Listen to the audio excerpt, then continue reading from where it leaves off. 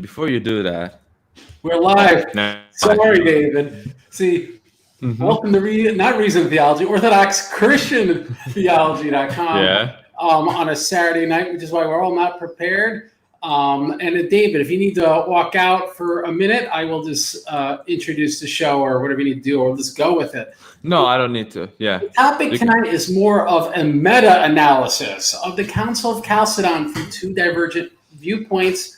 Oriental Orthodox, here presented by Subdeacon Daniel Kakish, and the Orthodox, Eastern Orthodox side presented by David, theRealmedwhite.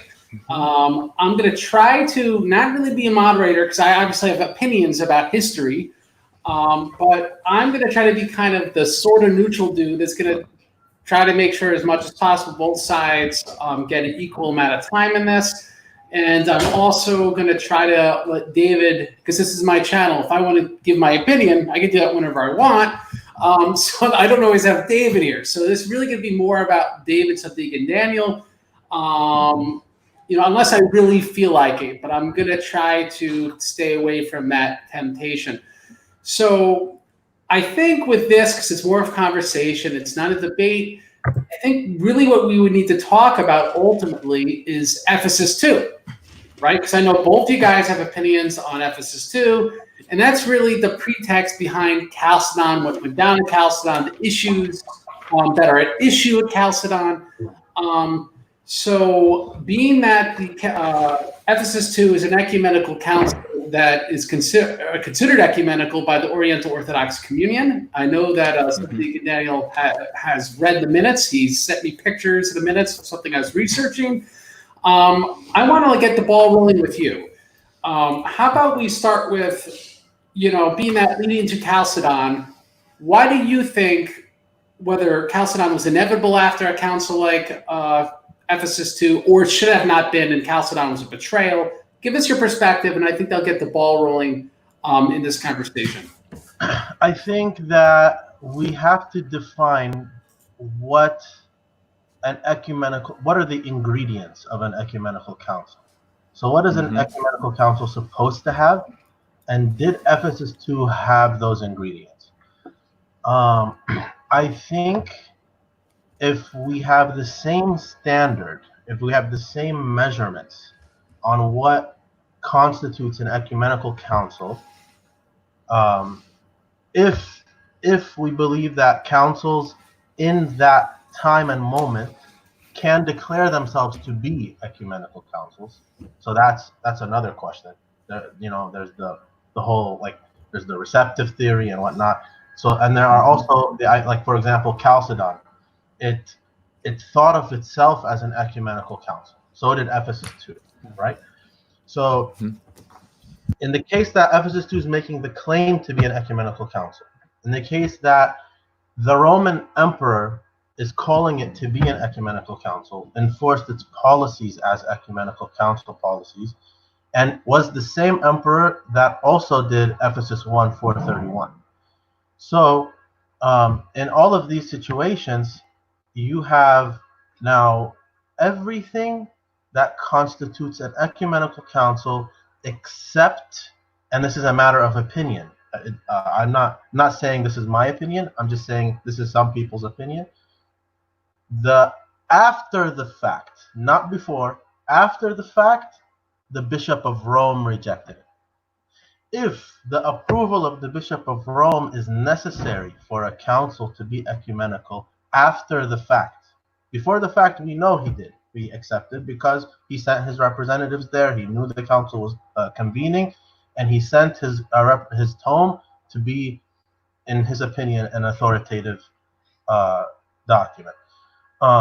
So if the Bishop of Rome's approval after the council is necessary for the council to have ecumenical status, then it's not ecumenical. But if the Bishop of Rome's approval after the fact is not necessary, so then it meets all the other points. If it is now ecumenical, then the question is, I'm glad actually Craig opened up with Ephesus 2, because that's really where the story starts. Or we can even say Constantinople 448 if we want it. And then And then Chalcedon becomes more of a revenge council.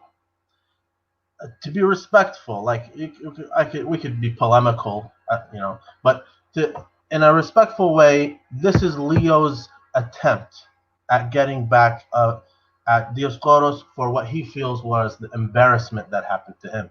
Because when Dioscoros actually, when he arrived at Chalcedon, I think 10 days before the council or something like that, he and the Egyptian Synod formally excommunicated Leo. That's when the excommunication of Leo officially happened. But it didn't happen at Ephesus II intentionally. They intentionally, a lot of scholars say this. I don't know how true it is. I'm not saying it's my opinion, but it's just out there that the tome was not read at Ephesus II. One of the reasons is because if it had been read, I think Friend also mentions this, and Friend for sure mentions it in a few writings of his, that that Leo and Rome would have been excommunicated. So in protecting Rome from excommunication, the tome was not read at Ephesus II. And it would not have been possible, and I think this is a fair statement to say, it would not have been possible for Chalcedon to have happened regardless of how badly Rome wanted it to happen. Because in 449, Rome had a synod in Rome rejecting Ephesus II. The whole East accepted Ephesus II. Okay? All of the East for 2 years. And then Theodosius had an accidental death when he fell off his horse. Marcion became emperor. Everything changed. So this is the trajectory of Christendom and Eastern Christianity. If you step out of, like, I'm Oriental, you're Eastern, if we step out of it and look objectively, this is crazy. Like, what are the odds of this happening? Like, from one emperor falling off his horse, Christian history changes completely. And then we can get into the details of what happened at Chalcedon, what happened at Ephesus II. But I want to propose the question to David now. David, what is your opinion regarding what constitutes an ecumenical council before it is happening? So not a later council approving it, but in the time of the council. And why, so this is really the question, why is Ephesus II not an ecumenical council? Not because Chalcedon said it's not, but in its own situation, why is it not an ecumenical council?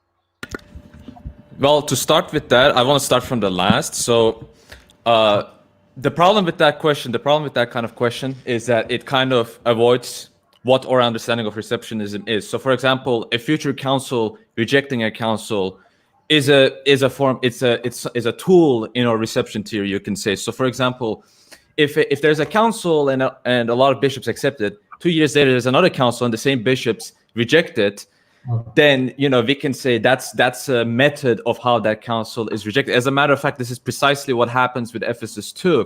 Honigman, this is in the Acts, Honigman computed that out of the 130 bishops at Ephesus II, 119 of them were at Chalcedon.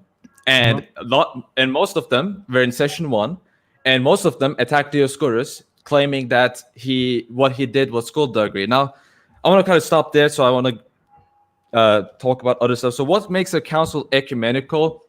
Well, first of all, ecumenical council means imperial council, and that's very important because none of the ecumenical councils in Orthodoxy, none of them were like without an imperial approval. As a matter of fact, there's a Lateran Synod in 649. The Lateran Synod was not considered as ecumenical because of this reason, even though the Lateran Synod did propose a Orthodox understanding of the two wills. It was not an ecumenical council, and it's because it wasn't an imperial council. And there's that, but at the same time, I will say that how does an ecumenical council become an ecumenical council? Well, it depends on, like, what's the question? Is it about, how does a council become dogmatic? Is that the council? Because I will argue that the ecumenical councils aren't the only councils that are dogmatic. I will say actually there are councils that are not ecumenical, you could say, that are also dogmatic. I mean, Constantinople one wasn't considered as an ecumenical council, but it was still a dogmatic council. Its theology was dogmatic, right? You couldn't have been an Apollinarian and validly not be considered as someone that goes against dogma in the 5th century, for example. So there's that, and I talked about that.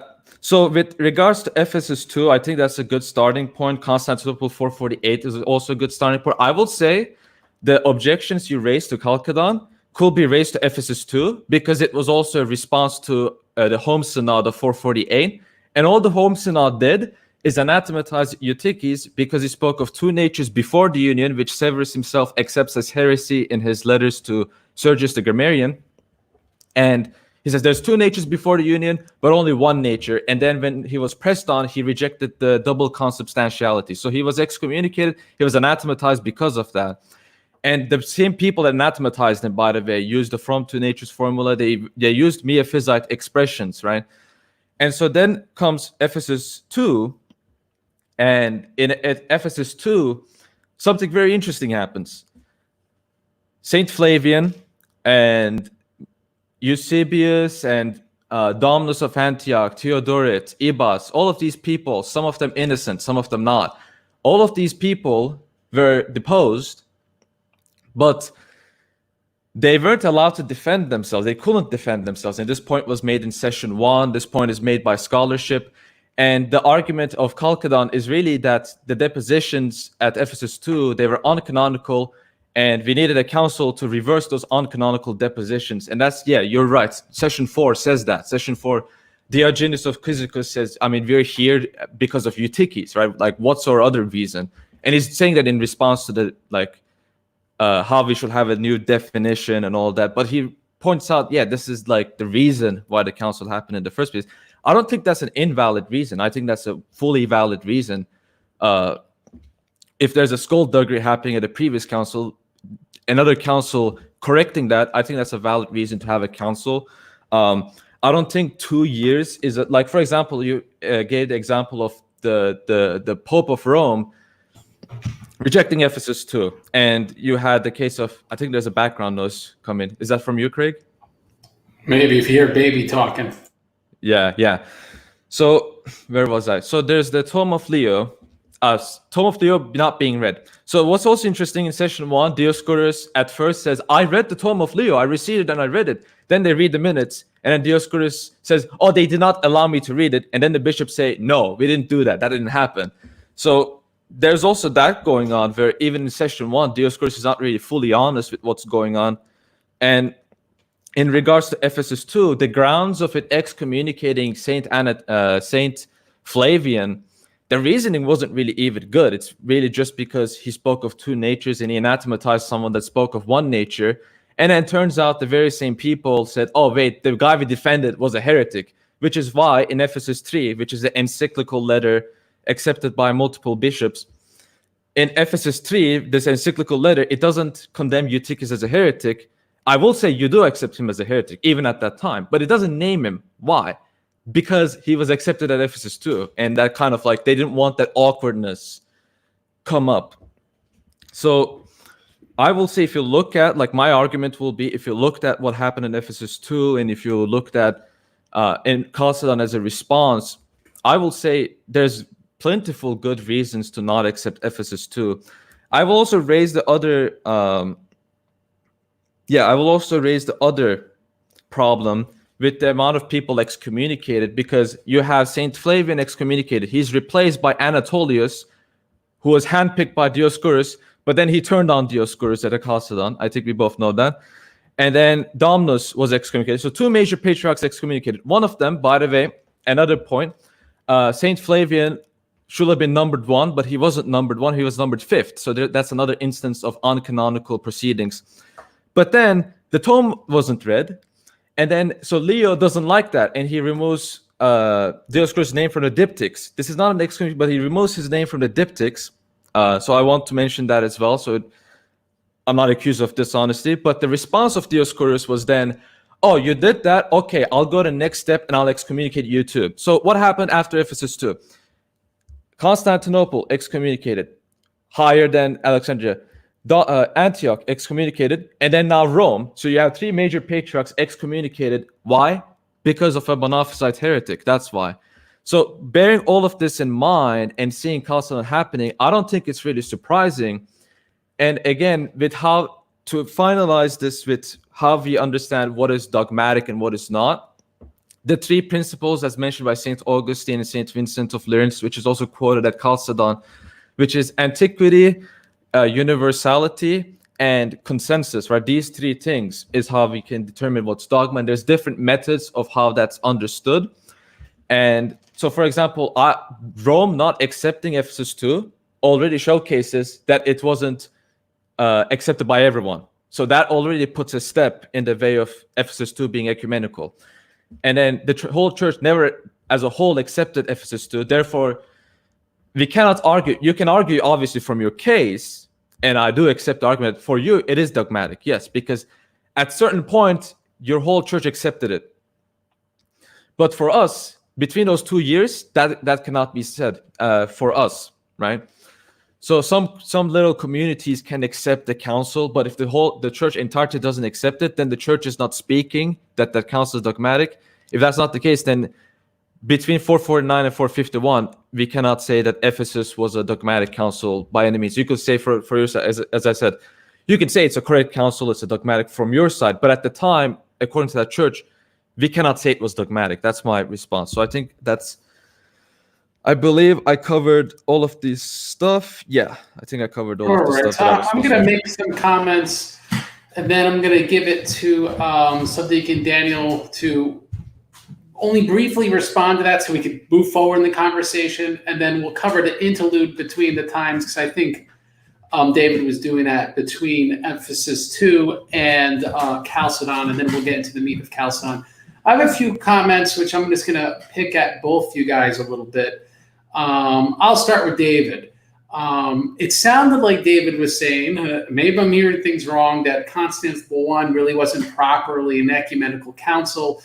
I think we need to look at this in several ways, which is, one, I think the word ecumenical council is somewhat anachronistic, right? When we say ecumenical council now, what we're always thinking about is when the church all came together and said it spoke something authoritative, it can't be reformed, it's dogmatic, it's almost right up there with the Bible, right? And so Eastern Orthodox affirm there being 7 councils that meet that sort of standard. But the word ecumenical council didn't quite have that inference, implication rather, at the time they're having ecumenical councils. So in the synodical letter of Constantinople I, it calls itself an ecumenical council. Likewise, in the Semi-Arian councils preceding Constantinople I, they also call themselves ecumenical councils. Ephesus II called itself an ecumenical council.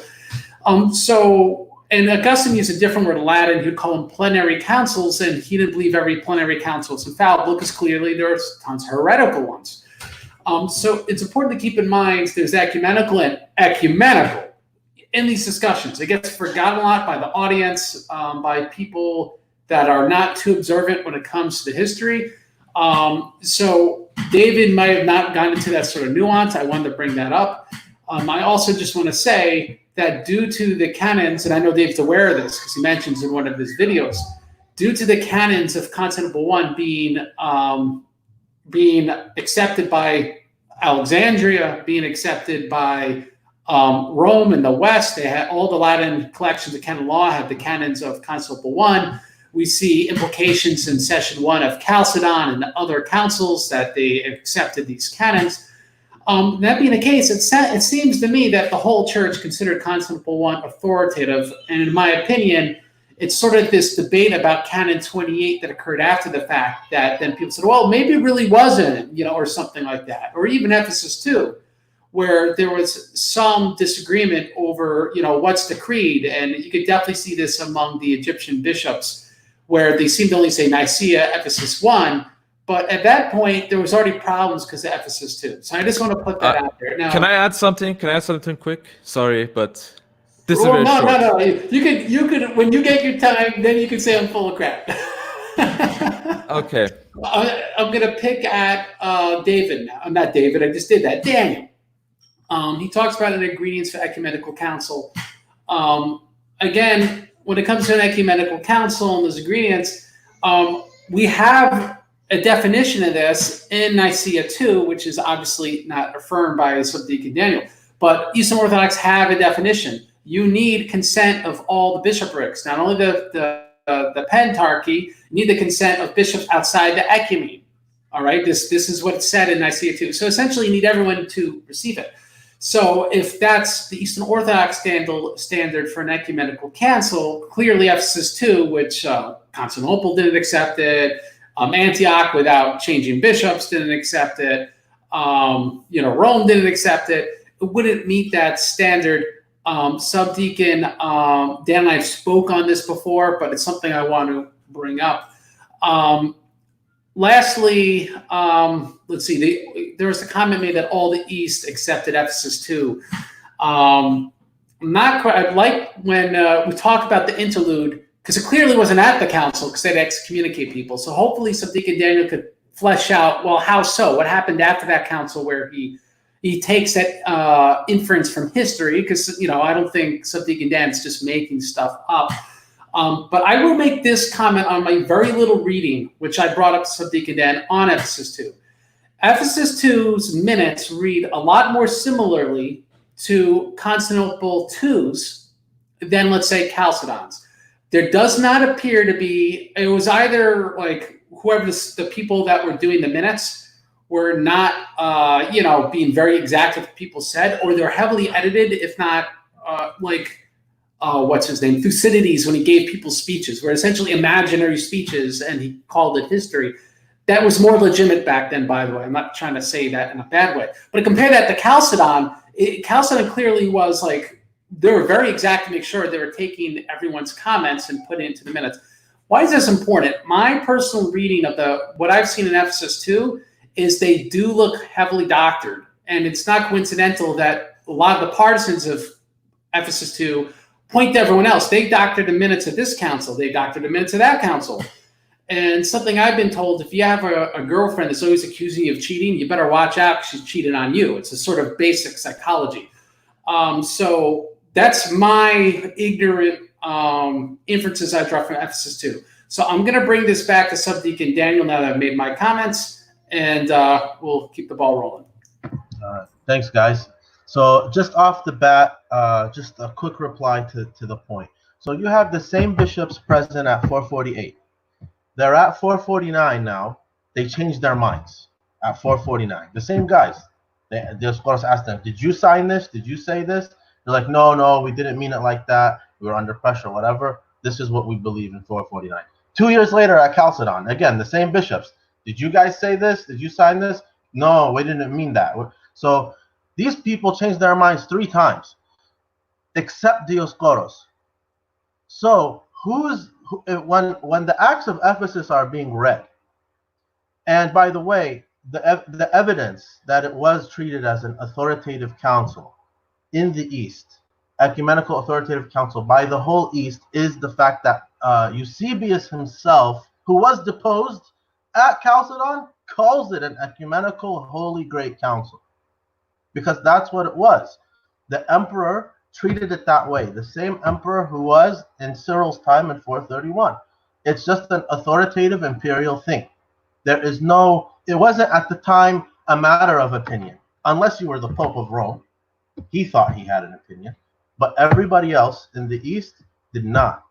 They treated it like it was valid. Now, when I say, you mentioned the bishops at Constantinople and Antioch. Constantinople and Antioch, if we're going by that logic, that not all the patriarchs accepted it, and because you're not counting that they were deposed, even though Dominus was a straight-up heretic, like there's no question about it. Flavian, we can argue all day. Dominus was for sure in the story. So, but if we're going by the logic that that all the patriarchs have to accept, like you said, at 787, if they're even outside of the empire, then we can't say Chalcedon is ecumenical, because Alexandria didn't, and Ethiopia didn't, and Eritrea didn't, and Armenia didn't, so, and Persia didn't. So we can't say that. I don't know if that is true objectively. Now, so, and back to what I'm trying to say about these bishops who are changing their minds in 3 different councils. You have Dioscoros, who is the only one who's being honest the whole time, and even when the minutes are being read, those bishops who are changing their minds are the ones who are saying that's not real. Who cares what they say? They keep changing their minds. Juvenal was the one, and notice, Dioscoros didn't preside alone. He presided with Juvenal and Thessalius, right? So the 3 of them were presiding under the rule of the emperor. The emperor called for this council intentionally to exonerate Eutyches. That was the point of it, because that's what the emperor wanted.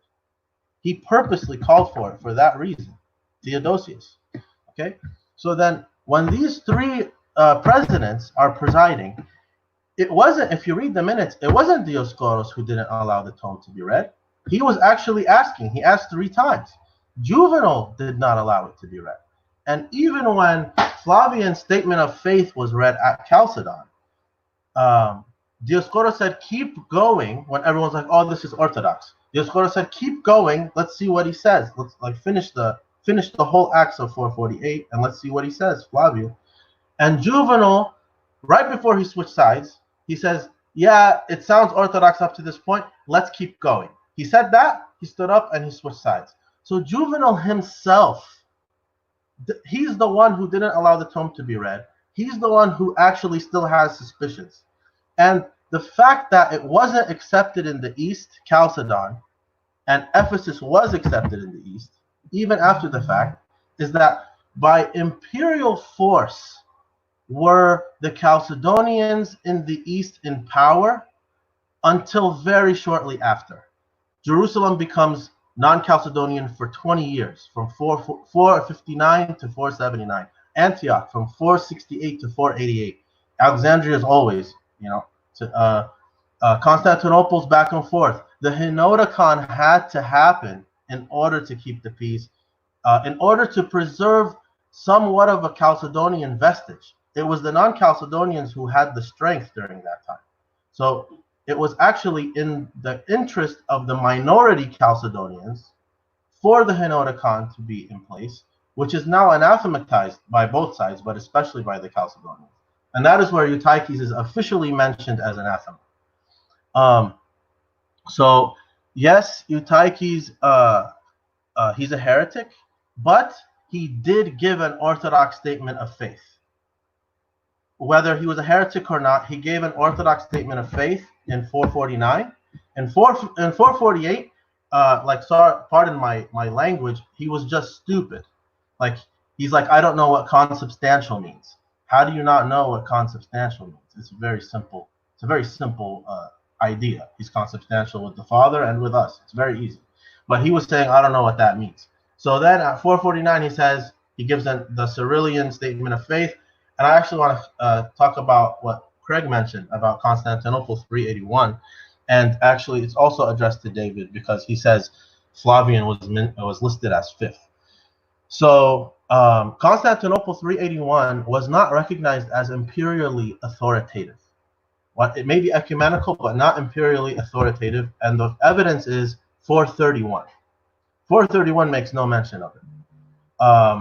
So the rankings in Rome's view and in Alexandria's view is that Alexandria ranks higher than Constantinople. Again, how do we know? 403, Theophilus deposes John Chrysostom. 431, Cyril deposes Nestorius. 449, Dioscoros deposes Flavian. Right? And in the Acts, and look, this proves the Acts of Ephesus were not tampered with, is that in the Acts of Ephesus II, according to Chalcedon, Flavian is said, they're asking Flavian to defend himself. Flavian says, you're not letting me talk. I want to talk to defend myself, but you're not letting me. If the acts are tampered with, they wouldn't have written that. They would just make, it's a blank check they have. They have a blank check to make up the story however they want to. But they don't do that. And Juvenal, notice, the people who are not saying the acts are tampered with were Juvenal and Thessalius. They don't say that. Even though they switch sides, they're not saying the acts are tampered with at all. So I don't think we are being honest if we're saying that there are small communities in the East. It was imperially authoritative until even at Chalcedon, they're referring to Ephesus II as a holy and great council until the synod decides. But before it decides, just like they're saying our holy devout bishop Diostoros until he's deposed, right? And they're also saying about Ephesus II that it's an imperially authoritative council, holy council. He calls it holy, Eusebius, and it deposed him.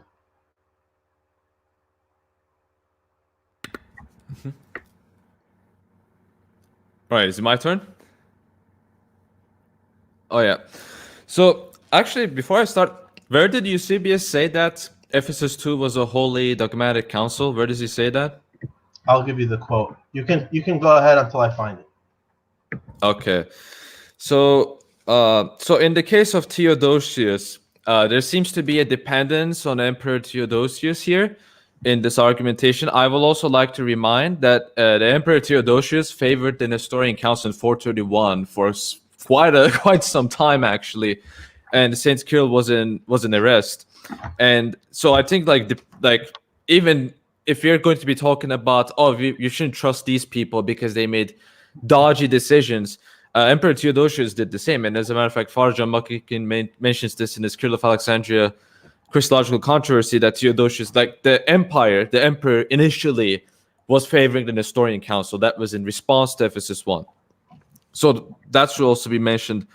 I will say that I don't think the uncanonical charges were responded to, and I will also answer if Dominus is a heretic. I mean, I don't know if I read on him, but Dominus is a heretic. Let's assume that. Then why were none of them allowed to defend themselves? I mean, a lot of them were condemned. Theodort and Ibas were condemned in absentia. Now, if they were brought there, surely it should have been very easy to condemn them and get rid of them. But no, they had to be condemned in absentia. And I also want to note about Ephesus II is that it introduced something new. It introduced a monk, Barsomas, as a full member of the council.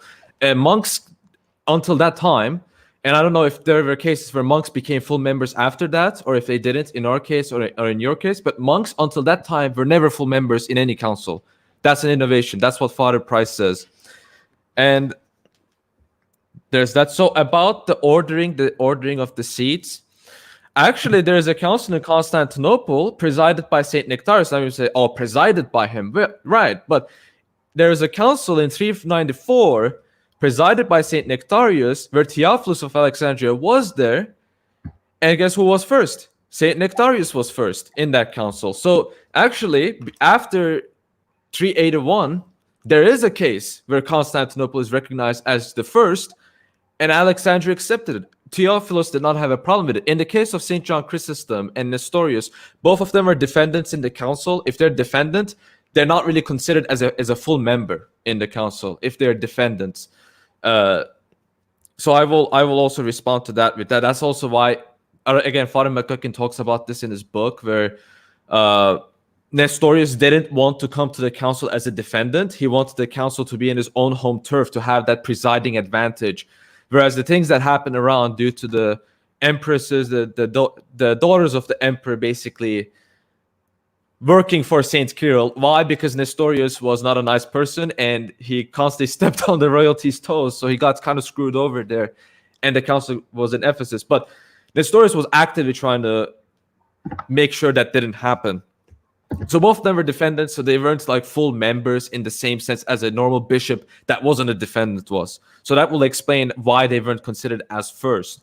Whereas in the case of Saint Flavian, he was fifth. He went there already as if he was accused. That's what Session 1 says about Chalcedon. So there's cases of things going down in the council that is being uncanonical, I will also raise the question, let's say about the confession of Saint Flavian. You mentioned the confession of Saint Flavian. People were saying it was orthodox. Then Dioscorus said keep on reading.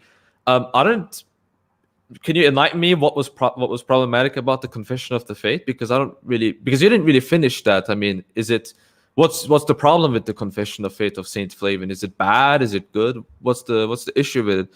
I'd like that being answered. I will also say that Theodoret Cyrus in 448, in a very polemical epistle, this is Chalcedon in context. It's in the book Chalcedon in context. He actually points out, Craig, this was for you. Dioscorus, he says, rejects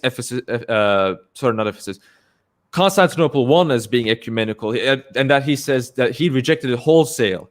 And his argument was because he rejected Canon 2. What is Canon 2? Well, Canon 2 is about bishops basically doing things in their own jurisdiction.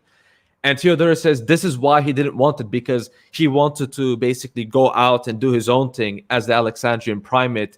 And now Theodoret, you might say, oh, he's an historian heretic. Who cares what he says? Well, his argument seems to be supported by the fact that Dioscorus uses the title ecumenical patriarch for himself for the first time in Alexandria. It seems like Theodoret is hitting a point here, and I would like to mention that. So, again, let's say the East accepted it and Rome didn't accept it. I don't really see what's the problem here. I mean, Rome being right on an issue doesn't imply papal supremacy. And if Rome accepted it, but another patriarchate didn't accept the council, I will say the same things. There we have Constantinople not accepting it. So, I mean, you had Roman popes that were semi-Arians that accepted semi-Arian creeds. I think Pope Liberius, Saint Liberius, I believe, who accepted semi-Arian. So that's not a case of like, oh, Rome being first, that's why everything Rome says. No, that's not. I don't think that follows. I think what follows is that it wasn't basically accepted by the church wholesale. Now you say the same thing can be said about Chalcedon. Actually, I agree. I say the same thing. I say that the council, in my view, I think the Council of Chalcedon became ecumenical really when the anti-Chalcedonian schism became full-fledged, and when the Orthodox Church became really the Chalcedonian Church for the Chalcedonians, because the anti-Chalcedonians left the church, and then Constantinople II was accepted, and then Constantinople II accepted Chalcedon, and now they were both simultaneously accepted by that. I think that's my logic, that's my argument, and I think that being the case is actually very strong for the council. I will make this argument later on, but I think this makes the case that when Chalcedon was accepted as an ecumenical council, the only interpretation that was accepted was the Cyrillic Chalcedonian interpretation. So the Nestorian and Origenist interpretations that existed during that period were both anathematized. And when those interpretations existed, I will say Chalcedon wasn't it was always a true council, is what I will say. But when we're talking about epistemology, questions concerning epistemology, I will not say that it was epistemologically certain for someone in the church to say Chalcedon is a dogmatic council. If there wasn't an epistemological certainty in the church until that time. So I will actually agree with that argument. But I think, again, I'm actually making the case for Ephesus II from your point of view. I'm just saying between those 2 years, I don't think you can make the argument that it was a dogmatic council. Or is like in your view, you can say it was always a dogmatic council, and I will accept that this is your view. But I will say in the church at that time, was it epistemically certain for all Christians that Ephesus II was an ecumenical dogmatic council?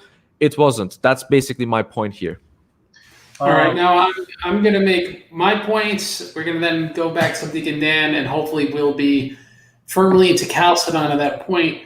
Subdeacon Dan made the point that Eritrea, Ethiopia, etc., didn't receive Chalcedon. This is not true. There's a great map in The Rise of the Monophysite Movement, or whatever the name of the book is, from Friend. And it actually shows cities in the southern part of Egypt and Ethiopia and when they turned Oriental Orthodox. They're Chalcedonian to the late 6th century, early 7th century, one of them to the 8th century.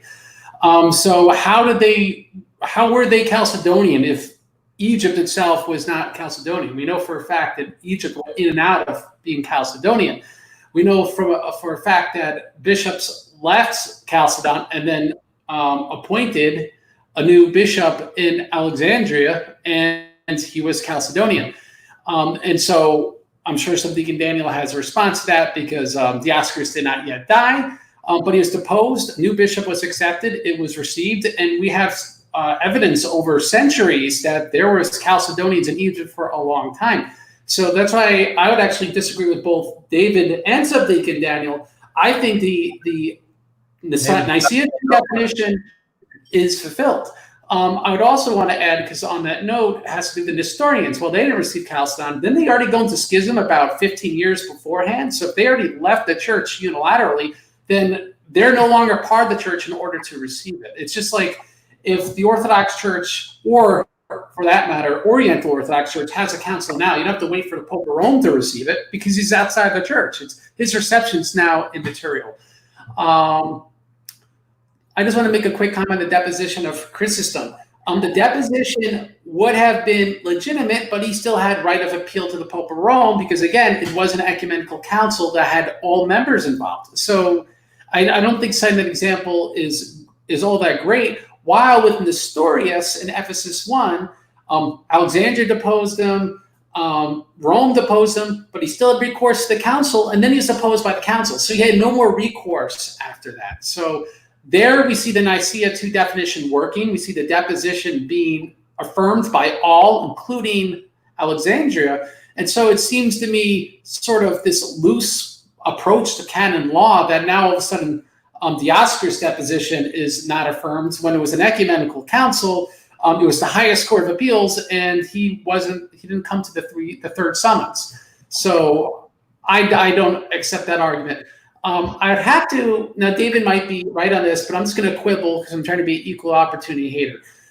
With the monks not being full members of councils. Father Price talks about this in his introduction to Chalcedon, but I have to admit, it's probably been a year and a half since I've read this. But that being said, he speaks about the earliest ecumenical councils even had some degree of lay participation. And we see this in Acts chapter 15. So there would have been lay people, there would have been magistrates, there would have been monks. And really, it's only until like Constantinople II where it became more of a function where even like the emperor really wasn't there. He didn't preside over. I think in Nicaea II, the emperor wasn't there at all. Compare that to Nicaea I, where I think in one of the sessions, Constantine himself presided over it. So what we see is this original model, which is more, at least on the surface, looks a lot more like Acts 15. It's everyone in it together. And it became much more ecclesiastical, even though, let's be honest, there was political strings being pulled. But it's so a monk being a member, I'm not sure that's a big deal. Like, and he could sign on saying, I accept it, but really only the acceptance of bishops is relevant. Just like, acceptance of emperor is really immaterial, though that can make it Roman law, obviously. Liberius is not a saint. He's the first Pope of Rome that was not a saint. He broke a streak.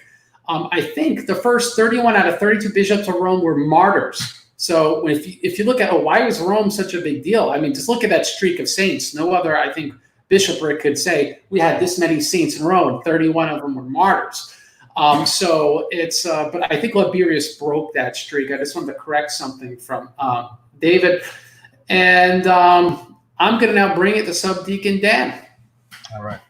So a few things real quick, Craig. The Church of the East was actually still in the church. They did not break away in 431. Contrary to popular opinion, they had accepted 431. They broke away in 484. So in 484, this was the Henoticon era. Peter the Fuller was Patriarch of Antioch during the time. And the last Orthodox Catholicos, or Patriarch of the Church of the East, was Baba Y. He was in communion with Peter the Fuller.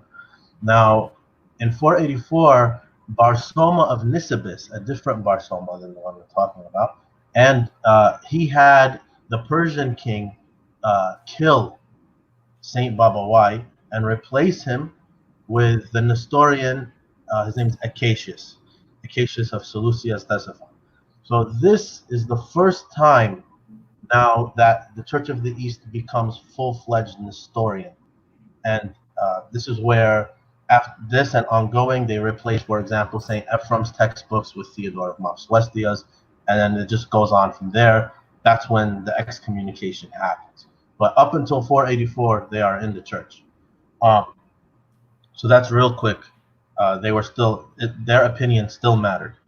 And the Eusebius quote, David, that you asked for from the Council of Chalcedon, he says, this is 187 in price. You know, how it says the sections, like 186, 187, whatever. I think it's from session 1. He says, during the reading, Eusebius, the most devout bishop of Dorylaeum, said, when Eutyches, whom I had accused, presented his plaint to the Holy Council, and then Price has a footnote saying, look how he's still calling Ephesus II a Holy Council. He mentioned that I was his accuser. And then you can read the whole context there. But it's evidence that Eusebius is still saying that it's a Holy Council, even at Chalcedon. Even at deposed. Which part was it again? It's I can send you. I have the. I'm gonna just message it to you so you can control F. I put it in the private chat. So in this quote, we have to keep in mind two things. Not only that he was deposed, that's one, but even after his deposition at Ephesus II, he appealed to Rome and escaped there. Rome had a synod reversing everything Ephesus II did in 449, and Eusebius is still recognizing Ephesus as the authoritative ecumenical council, not the Roman synod that exonerated him and reversed everything Ephesus II did, because the Roman would never call the Roman Church would never call Ephesus II that, but Eusebius did because he was an Eastern bishop. Now, also you mentioned 3 patriarchs being excommunicated at Ephesus II. Rome was not excommunicated at Ephesus II. Rome excommunicated Ephesus II. And the other 2 patriarchs, how else do you depose a patriarch? Obviously, whichever patriarch gets deposed is not going to accept the council that deposes him. Only Eusebius accepts councils that depose him. So, regarding Ephesus 431 and the emperor accepting the Nestorian Ephesus, not the Orthodox Ephesus, Theodosius actually accepted both of them and enforced both of them. And the reason why he did that is because he wanted them to reach an agreement.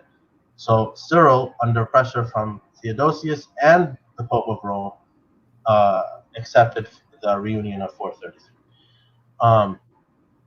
Now, in that statement regarding what Craig said about Constantinople being deposed in 431 because of the council, not really, Craig.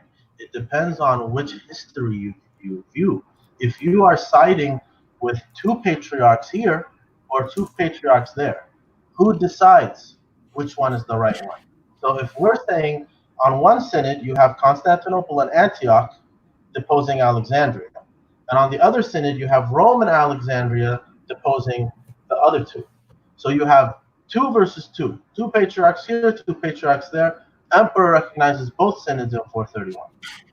So we, you, me, David, we recognize 431 because that's our side of it. But that doesn't mean it's an objective view, right? Maybe at the end of the day it's objective, but right now it's Daniel's opinion, David's opinion, and Craig's opinion. And then Jerusalem, I want to mention about Jerusalem switching sides regarding the Ethiopian point you brought up. Yes, there is evidence of a minority presence in Ethiopian history of a Chalcedonian here or there. The vast majority view of the kingdom is a non-Chalcedonian one of the empire, right? But just like how Jerusalem was a fortress and a bastion of non-Chalcedonianism until the 6th century, and now who can speak of a non-Chalcedonian? After that, once you get to the 6th century, it's as if it was never non-Chalcedonian. It's as if it was always Chalcedonian. But we know that's not how it was. It was actually the opposite. In the same way, you can say, sure, there was a Chalcedonian here or there in Ethiopia, but it doesn't mean the Ethiopian church accepted Chalcedon. We can't say that. The same we can't say the Armenian church or even the Georgian church, which is now Eastern Orthodox, initially was not. So I think that David has a point in in the idea of everybody accepting. I don't think that that's true in church history, and it shouldn't be something we measure truth by. Sometimes truth is in the minority. I think that I'm pretty sure I'm missing some things that David brought up, some questions that he asked me, and I have the notes here, but I'm not seeing. David, is there anything else you asked me that I'm forgetting to answer? The seating order is one of those I asked. Oh, that's right. Okay. 394. So, yeah, the seating order. And then actually I wanted to talk about this and the Saint Barsoma of Samosata. Yes. So the monk being there, I actually, although Craig's point helps us, I actually agree with David on that, because it is weird. Like and it doesn't, like Craig said, it's not a big deal. Nothing changes, but because of the sensitivity of canon law and like the little intricacies of this really strict conservativeness coming down through these councils, it was such a big deal for them. It's not a big deal in the big picture of things, but it's a big deal in that it's a difference in practice now. There's something new that's been introduced in the discipline. But in the same way, this pentarchy idea is also a new one. It's not an original one. So for Constantinople, the Synod of 381 to have been imperially authoritative, even if, and then we know from Ephesus 3:475, and Peter the Fuller as actually the first patriarch of any church in Christendom to introduce that creed into the liturgy. So even though the Chalcedonians accepted 381 officially before the non-Chalcedonians did, it was the non-Chalcedonians that included that creed in their liturgy before the Chalcedonians did. So regarding the theology there's no issue with between any of us. And being ecumenical liturgically for all the Oriental Orthodox, every Sunday we say that it's an ecumenical council, 381. But regarding up until the point of, it was not viewed in the same way, and this is very clear. It's not viewed in the same way as Nicaea and as 431. It's not even close, by no side, up until this point. Chalcedon makes it equal. Before that, it was a holy council. There are saints there, Saint Meletius, etc. But it was not on that same tier. So for Constantinople to be 1 or 2 or 3, it wasn't thought of. At Chalcedon, they say about Ephesus, look how they said Flavian is 5. Like they disrespected Flavian by saying he's number 5. And then the Romans, in like a smart reply, they say, see how we have him number 1. But really, they have him number 1. So they're actually number 1. The Romans replied, we have him number 1. So they're actually the 1A. And then after that is 1. And then if you read Chadwick and Palmer, both of them, they talk about, and Friend too, they talk about the relations between Anatolius and the deal he had with Leo leading up to Chalcedon. After 449, until Chalcedon, you see why Constantinople is now an absolute, this is higher than Alexandria, because of that 2-year-long working on agreement between the new patriarch of Constantinople and the Pope of Rome. Leo agrees to it. He agrees to Canon 3 of Constantinople 381, and then he switches as soon as he gets what he wants. Sorry, like I know I'm not trying to diss the saint for you guys. It's not my intention.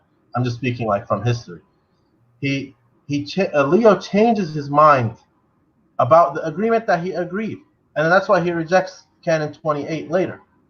So Rome has been flip-floppy with this anyways, you know? Yeah, we're at 11 minutes, so we'll give it to David. yeah. And I will say, Rome flip-flopped at the time, and I think it was a question that many bishops asked, why is Rome accepting Chalcedon and not accepting one of the canons? That doesn't make any sense. I will agree with you there. I don't think it attacks your point. I would also like to correct not correct, but I would also like to say, I said full member. So there was lay participation. I admit that there was lay participation. There were monks. The same monks came to Chalcedon in order to give testimony. But I'm saying full participation. Barsumas was a full participant, as if he was a bishop when he wasn't. So that's like my point. And I will also like to add, in terms of the deals that Anatolius had with Saint Leo, the same can be said for Dioscorus and Eutyches. I forgot to mention this. I want to mention it now. Dioscorus actually accepted Eutyches back into communion before Ephesus II. And so you can say, yes, Eutyches said good things at Ephesus II. But that didn't happen when Dioscorus got him back into communion. And what the Eutyches say, there was two natures before the union, now there's one. Two natures before the union, Severus of Antioch anathematizes it. So Dioscorus accepted that, even though he said something that his own church rejected. About the point about Constantinople 1, yes, I do understand that you accept it as ecumenical, but the fact that you accept it as ecumenical is actually proving that you're admitting that you were wrong, because you wouldn't say that Constantinople 1 became true and its canons became true when we accepted it. You will say it became true after the council was declared, right? But the question, so it was like that in actuality.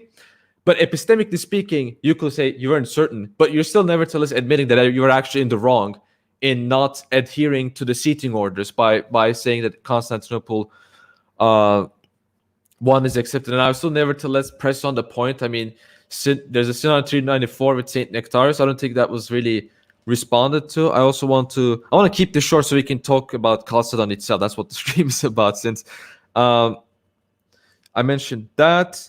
About pentarchy, I don't think I make any point about pentarchy. I don't believe in a pentarchy in an epistemic way.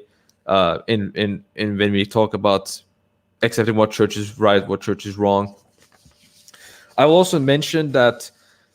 Would you agree with me, Subdeacon Daniel, that we were part of the same church? We just didn't accept what council was the ecumenical one until the Jacobite schism. Will you say that we were part of the same church? Would you agree with that? And so, there was I'm making this point not to make an objection, just to inform the viewers. The schism happened over time. So many people think that, Chalcedon happened, instant schism. Well, actually, no. It happened a century later. So there were Nestorianizers in the church. There were people that rejected Chalcedon in the church. There were Origenists in the church. So there were different groups that were in the church at the time. That's why I'm saying it's difficult for me to argue that Chalcedon was epistemically speaking, that it was a council that we can say is 100% dogmatic. And about the Pope and the East, Pope versus East, that's kind of I think this is kind of something, because in the previous discussions he makes the same point.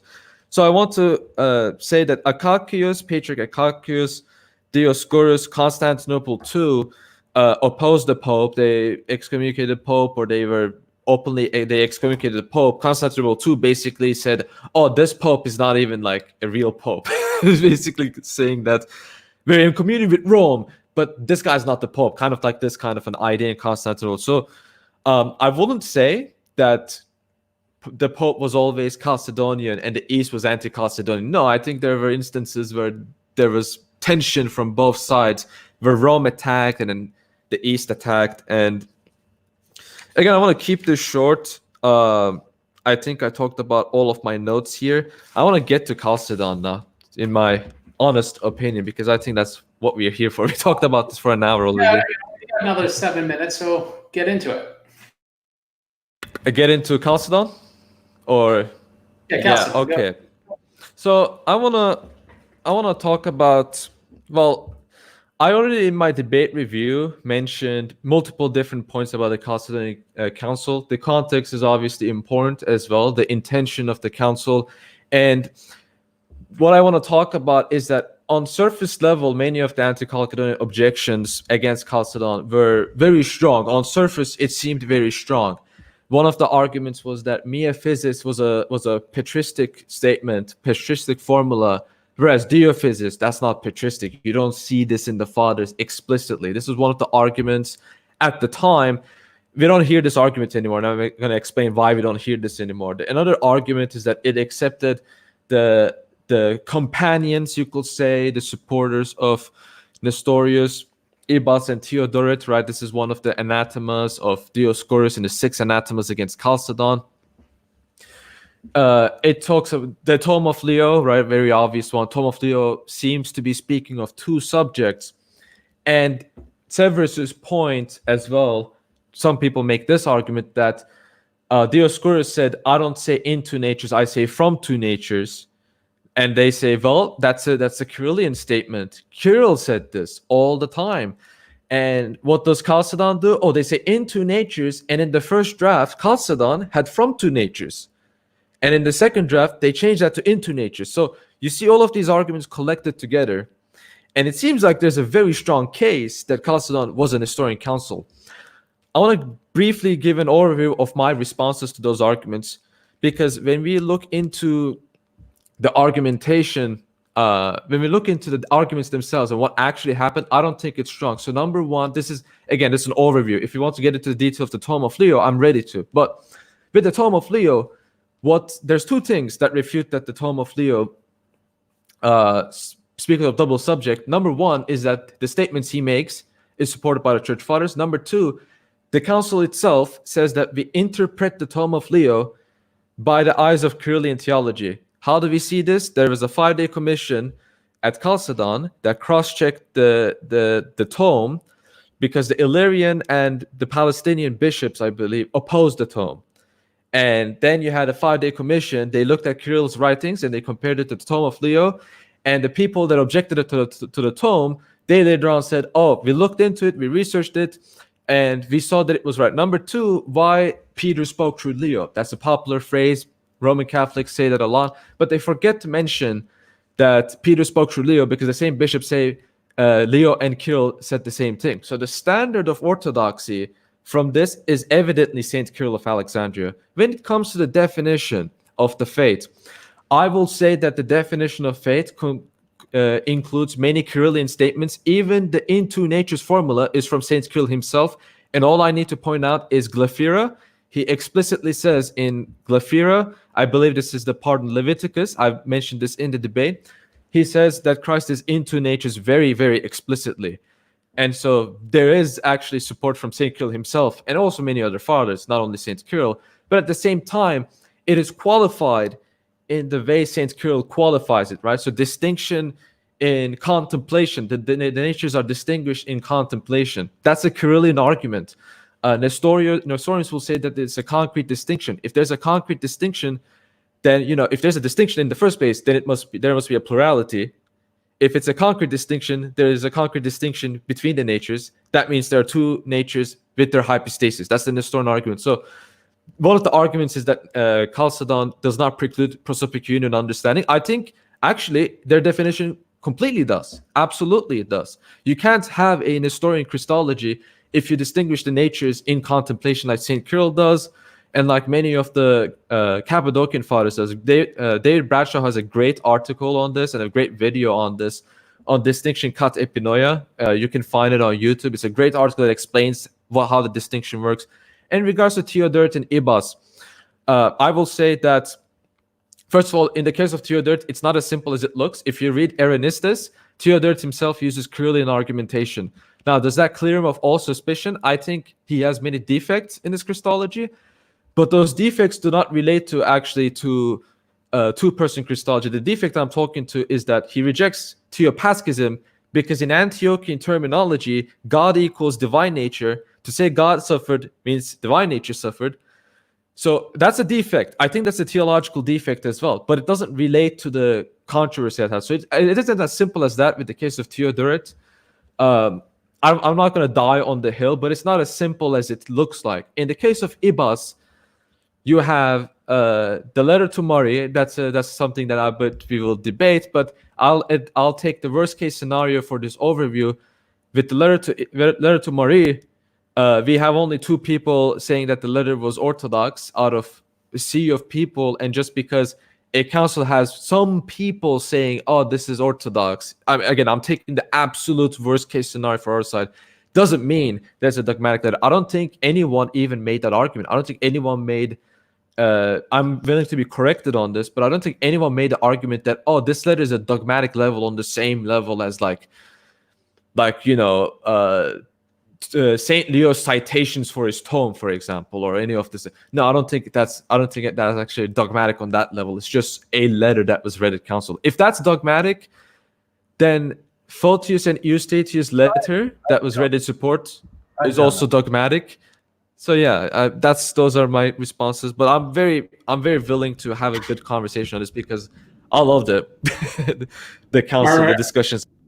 I'm going to just make a few points. I'll try to be even quicker, but I'm going to warn, if this really gets into the EBUS territory, I've done a bunch of stuff on that. It's tied into things that I'm writing back and forth with Father Kimmel. So that could blow up, but I'm going to try to stay away from that. There's a few comments about the Nestorians only going schism 484.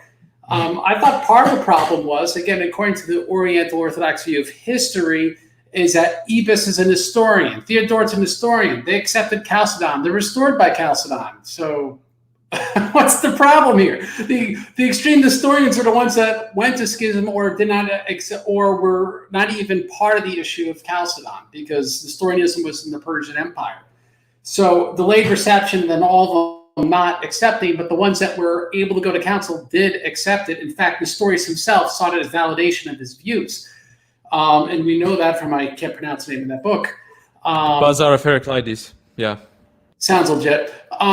There was an issue about Eusebius calling Ephesus II holy. Now, I just want some people know, like, when you read Chalcedon, like, they're even calling, like, Dioscorus, the most holy bishop of Alexandria, when he's, like, in trial. And even when they're deposing him, they're calling him that. And so, like, you go, well, you know, how should we take this? I don't agree with everything Father Price says, but if you read the footnote to where it says what is happening when he calls Ephesus II a holy synod, it says that Rusticus expresses surprise at Eusebius calling Ephesus II holy, but the honorific is automatic, and Chalcedon had not yet declared proceedings of the council null and void. So that'd be true of like how everyone's treated in the council, just like they're calling Theodosius II blessed. And it makes it confusing because they're also calling Kirill blessed, and there's no doubt they considered him a saint and they're venerating him at that point. It's just that the language wasn't different yet. So it's just, we have to, just like the word ecumenical, there's ecumenical councils and there's ecumenical council. So we have to understand the emphasis, and just the word sometimes doesn't convey it. What level were the letters of, let's say, Ebus, Theodoret? This is a concept that's tough because everyone argues. I think we're almost arguing all like Protestants and Roman Catholics, so we're not seeing these things as they saw them. I'm just going to cite Father Price. He calls this conciliar fundamentalism. And the view came into being, he argues, I think Athanasius had it because he talks about that. He talks about this in his letter De Senatus. But the view was that everything uttered in ecumenical council was infallible. And so, for example, in the Bible itself, we have things that are, you know, like the king of Assyria saying terrible things that God won't save you. So we don't think that's infallible. We think that God inherently had that verbiage and allowed that guy to say that, and the overall message is inerrant. You know, not that we agree with the Assyrian guy says this and it's heretical, and we agree with the next guy says and it says that and it's in contradiction. We need to look at this how we look at the scriptures. So the point is, with those letters, the question whether they affirmed or not was important. That's why the Fifth Council took it so serious. That's why in the Sixth Council, they took serious that the term one energy was in Vigilius' letter and his acceptance of Constantinople II. And there was a big debate whether it was even originally there or it was a later corruption of the manuscript record. Why go into that if it's just not everything Vigilius wrote about is infallible? So it is on the table. It is important. In the minutes of Constantinople II, they allowed for the fact that one or two bishops could have been wrong. It's also worth saying that most of the bishops that accepted it did not cite any letter whatsoever. They cited that he condemned Nestorius and Eutychius. But also, and we could get into this, but this may be better for another episode, there's valid grounds for saying that the letter at issue was the letter of the bishops of Edessa, the priest of Edessa, rather, in support of Ebus, because they're not stupid. They weren't going to say, Ebus's letter was orthodox when it was used against him. I mean, like, that was the whole point. So it's like it presupposes they were just stupid or falling asleep in the wheel. And maybe Maximus at Antioch, but it's to presume like that Pasacius was, Pascasinus was, and whatnot. I think it's a bridge too far. So anyway, I'm going to give this a little extra time to good old Subdeacon Daniel. Let's get into Chalcedon. All right. So I want to start off by saying the tome, I understand it was double-checked by the Illyrian and Palestinian bishops. I agree. It's a matter of fact. It's not an opinion. At the same time, that's irrelevant to Rome. So Rome did not care that they were going to check or not check. For Rome, it was non-negotiable. There was no option. They came into the synod different than Ephesus II. They're still mad because of that. So they're coming in this one. This is the tone. Accept it or we're leaving. There's no option for them. So it's really interesting to see how Rome views itself. Like, I understand, none of us here are Roman Catholic. We don't care. But the way Rome thought about itself in the Chalcedonian context is key to understanding Chalcedon. Dioscoros was going to be deposed at Chalcedon, period. There is nothing that could have changed that. Price, I agree with Craig, Price is not infallible, but in a footnote that he said, I respect his opinion because he's a scholar, I'm not. So in a footnote that he says, even though it is speculative, he says, Dioscoros damned himself when he said, I accept from two natures. Because that, like David said, would have been the definition. But because he said it, therefore it's not going to be. Now it's going to be in two natures because they don't want him to accept it, because they want him to be deposed. In the same way, Eutyches had to be exonerated at Ephesus II because the emperor wanted it to be so, period. So in any case, so then Eutyches is presenting a statement of orthodoxy at that synod. And the rule, the canon law, is anyone who deposes an orthodox person is now has to be deposed. So even if Flavian was orthodox and Eusebius was orthodox, even if, not saying they were, I don't know, but even if, then, but because they deposed an quote-unquote orthodox person, now they have to be deposed. So that's really the reason of their deposition. And this is because the emperor had predetermined this was going to happen. So Dioscoros is executing this on behalf of the emperor. In the same way, Marcion and Leo decided Dioscoros was going to be deposed. This sounds ugly, like from a historical perspective, from an objective perspective, but sadly, councils function this way a lot of the time. Now, let's see.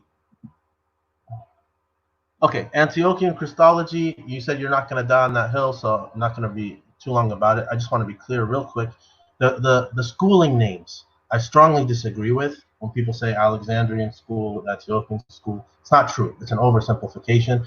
There's a lot of evidence before Diodor's school, Antiochian Christology was very single subject and Theopaschae. And I've actually gotten into debates with Assyrian Church of the East people and proved this to them beyond a doubt. Now, just like a quick kind of point, the Creed of Antioch, before the Nicene Creed before everyone had to conform to it, the Creed of Antioch used to say, and actually in the Syriac Church it still does, it used to say Mother of God in the Creed itself.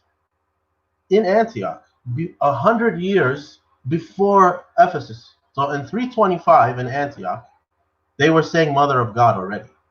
So you would think that's crazy since they were the ones fighting it. But that's because Diodor and his school reversed everything when they came around. So I would not make the argument that Ibas's letter was dogmatic. I agree, it was not. I do believe that the council thought it was orthodox and not problematic. But I don't. The whole council, I believe, the whole Council of Chalcedon thought it was a non-problematic and normal orthodox statement, but not a dogmatic one.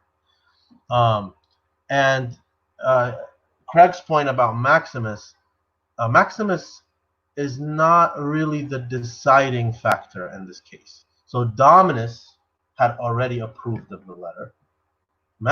Edessa was under Dominus at the time when you were mentioning, and so was Beirut. So the patriarch himself, and even Ibas at Chalcedon, he says, if I anathematize or whatever, it's because of my patriarch, like John, and then Dominus. So Dominus was an historian. So then we can't really measure by the patriarch. Maximus, when he's there, he's one of the guys, just like Anatolius is. They were both Alexandrians, both put in there by Dioscoros's influence, switch sides, Maximus and Anatolius. So Maximus then, he's not in a position to say anything at this time. Like, this is all kind of a big, let's figure this out. We gotta keep our C's, right? Because he was a part of this whole mess too. So whatever happens, happens. Ibas was restored by Leo before this. Leo, the Roman Synod, had refuted Ephesus II before Chalcedon. Like, Leo would have. I agree with Craig's point about the way Eusebius referred to Ephesus II as holy, the same way they were referring to Dioscoros as holy before these things were deposed and refuted. But for Leo and Rome, that was already not the case. They did not need Chalcedon for them to do that. In their mind, in the Roman mind, the See of Rome, Chalcedon was not the ones that made the decision. For them, the Pope was. It's hard to get away from that. Like, who cares for us? But I'm telling you, this is how Rome thought. Now, okay, Craig mentioned Nestorians. How are they?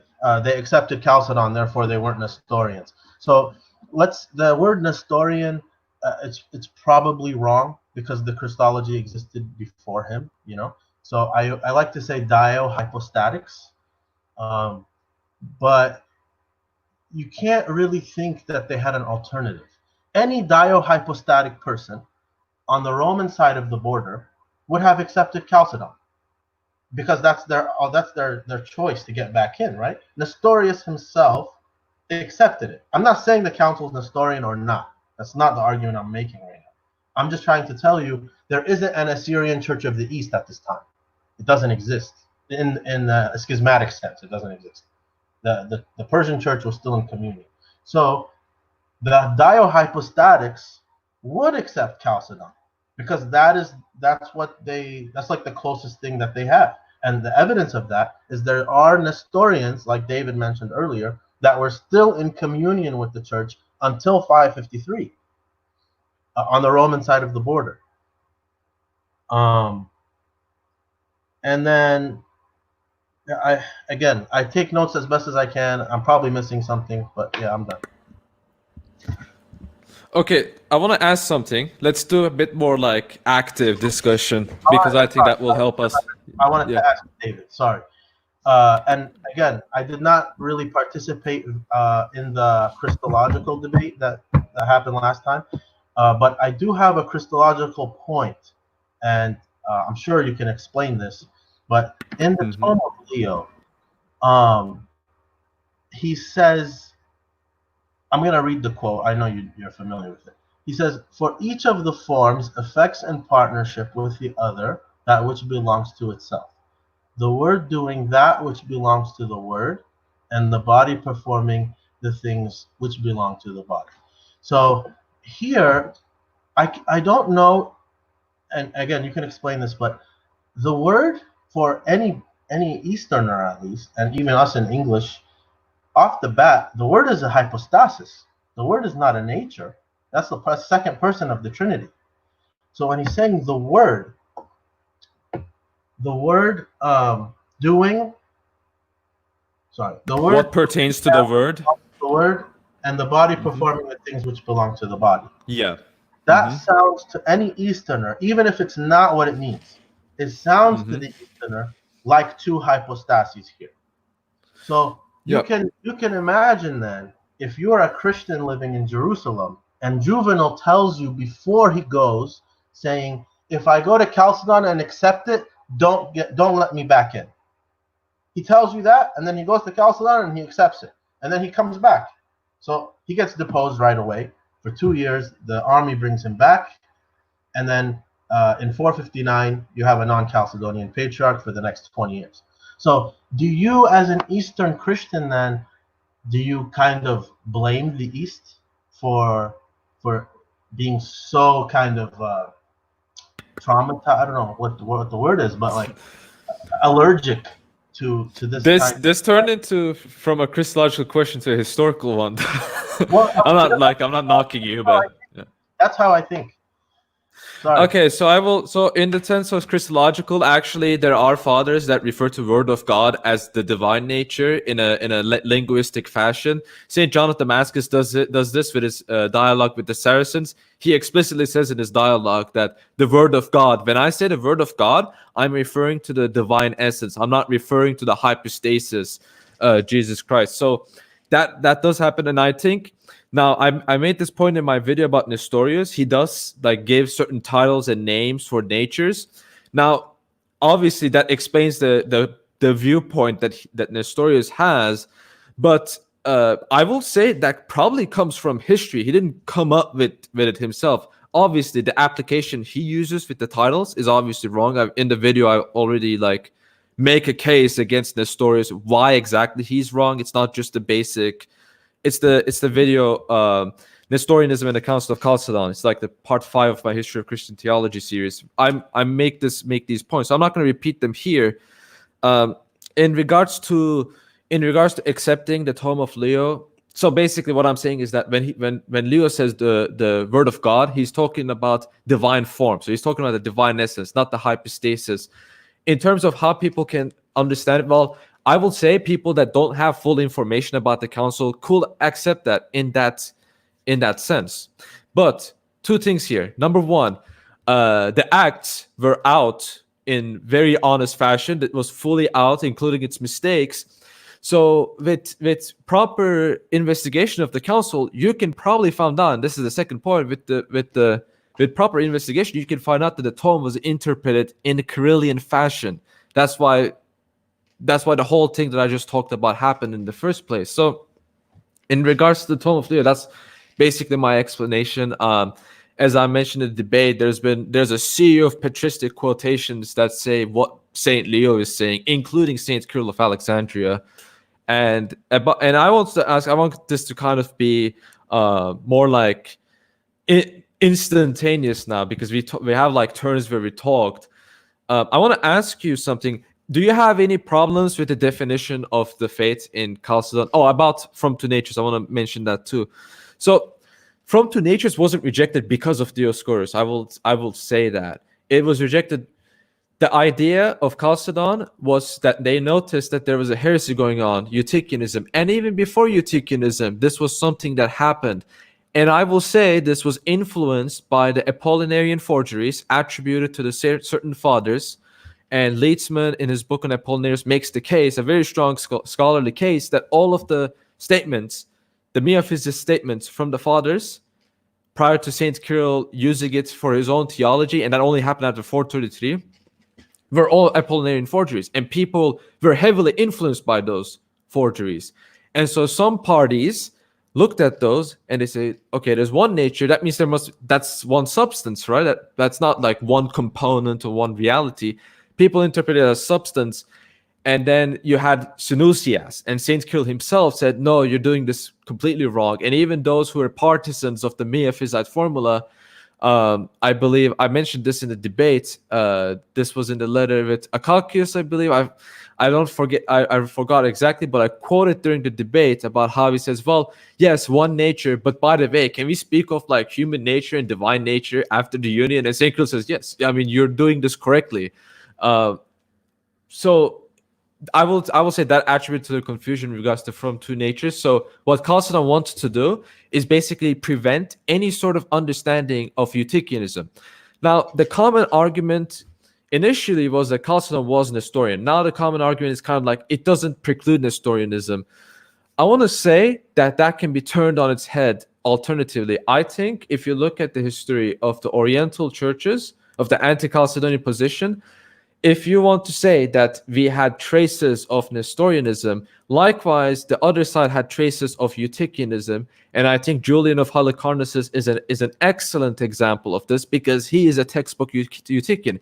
He believes the properties of Christ, human and divine properties, were not actually distinct. He will say that they were distinct, but they're not actually distinct. So this Thomistic word salad nonsense that he basically employed. And that's textbook Eutychianism, because he's rejecting that Christ had human properties, that there was any distinction in the first place. And so if there's only one property, can we really say that Christ was human in the first place? Well, seems to be that we cannot speak of him as a human. So that's how it reduced itself to Eutychianism. And the anti-Chalcedonian side will agree with me on this.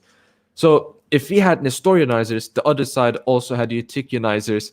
And my point really is just saying that I don't think that I know you're not making that argument. You said yourself you're not making that argument, but I'm saying this for the people that would make that argument, because I have seen people making this argument ad nauseum, and it's kind of like getting to me.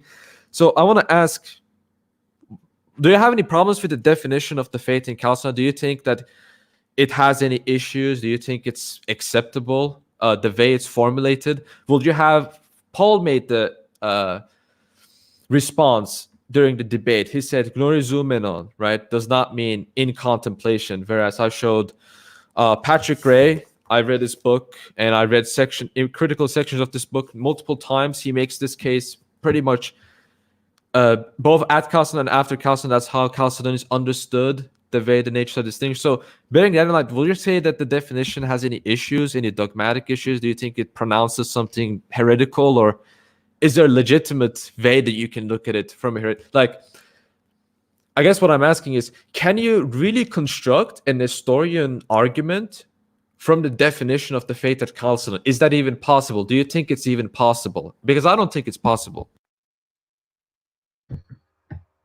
Okay, so I think that I'm not versed enough on the definition of faith exactly regarding Christology. However, I don't. Do you believe that just like a quick question, so I can get to mine? Do you believe that the filioque can be understood in an Orthodox way? I think, yeah, but if you're talking about energetic procession, yeah. If you're talking about hypostatic procession, it's definitely heretical. But I will say, in any of the Church Fathers' statement, that hypostatic procession definition, if you look at it, if you look at its theology in full, I don't think you can make that interpretation even possible. I don't think it's even possible. Okay, but just in the word itself, it can be understood in an Orthodox way. Just the and the sign. If you're talking about energetic procession, yes. If you're talking about hypostatic procession, no. Okay. Now, I think in the same way how it's possible that it could be understood in an Orthodox way, yet it should not be added to the creed. In the same way, perhaps the Chalcedonian definition could be, but not as a definition of faith, but as something that is tolerable. So, and the reason why I say that is because I, as an individual layperson, a subdeacon, nobody, how can I say that our synods are saying that we've had the same Christology the whole time? I know it's vague. I'm not a fan of the agreements, like you're not a fan of the agreements, but that is what they're saying, and we're not Protestant, so we have to be obedient to that. The churches in Constantinople and Antioch and Greece and Alexandria, they wrote this, and they wrote that, and in Rome, they said we not only are they said that, they said we've actually had the same Christology the whole time. So if that's what they're saying, I can't say that they're wrong. I can only speak for myself. So that's one thing. There's another point you made about Julian. So yes, Julian, as we know, he's anathema for Oriental Orthodox too. And I wouldn't say, I think as much, okay, so John of Antioch, Theodoret, and these people, before we're talking, because John of Antioch still on. So they signed off on Nestorius being anathema, and they signed off on Theotokos. At the same time, they did not, when I think it was, forgot who the name of the bishop of Constantinople was after Nestorius, Proclus, something like that.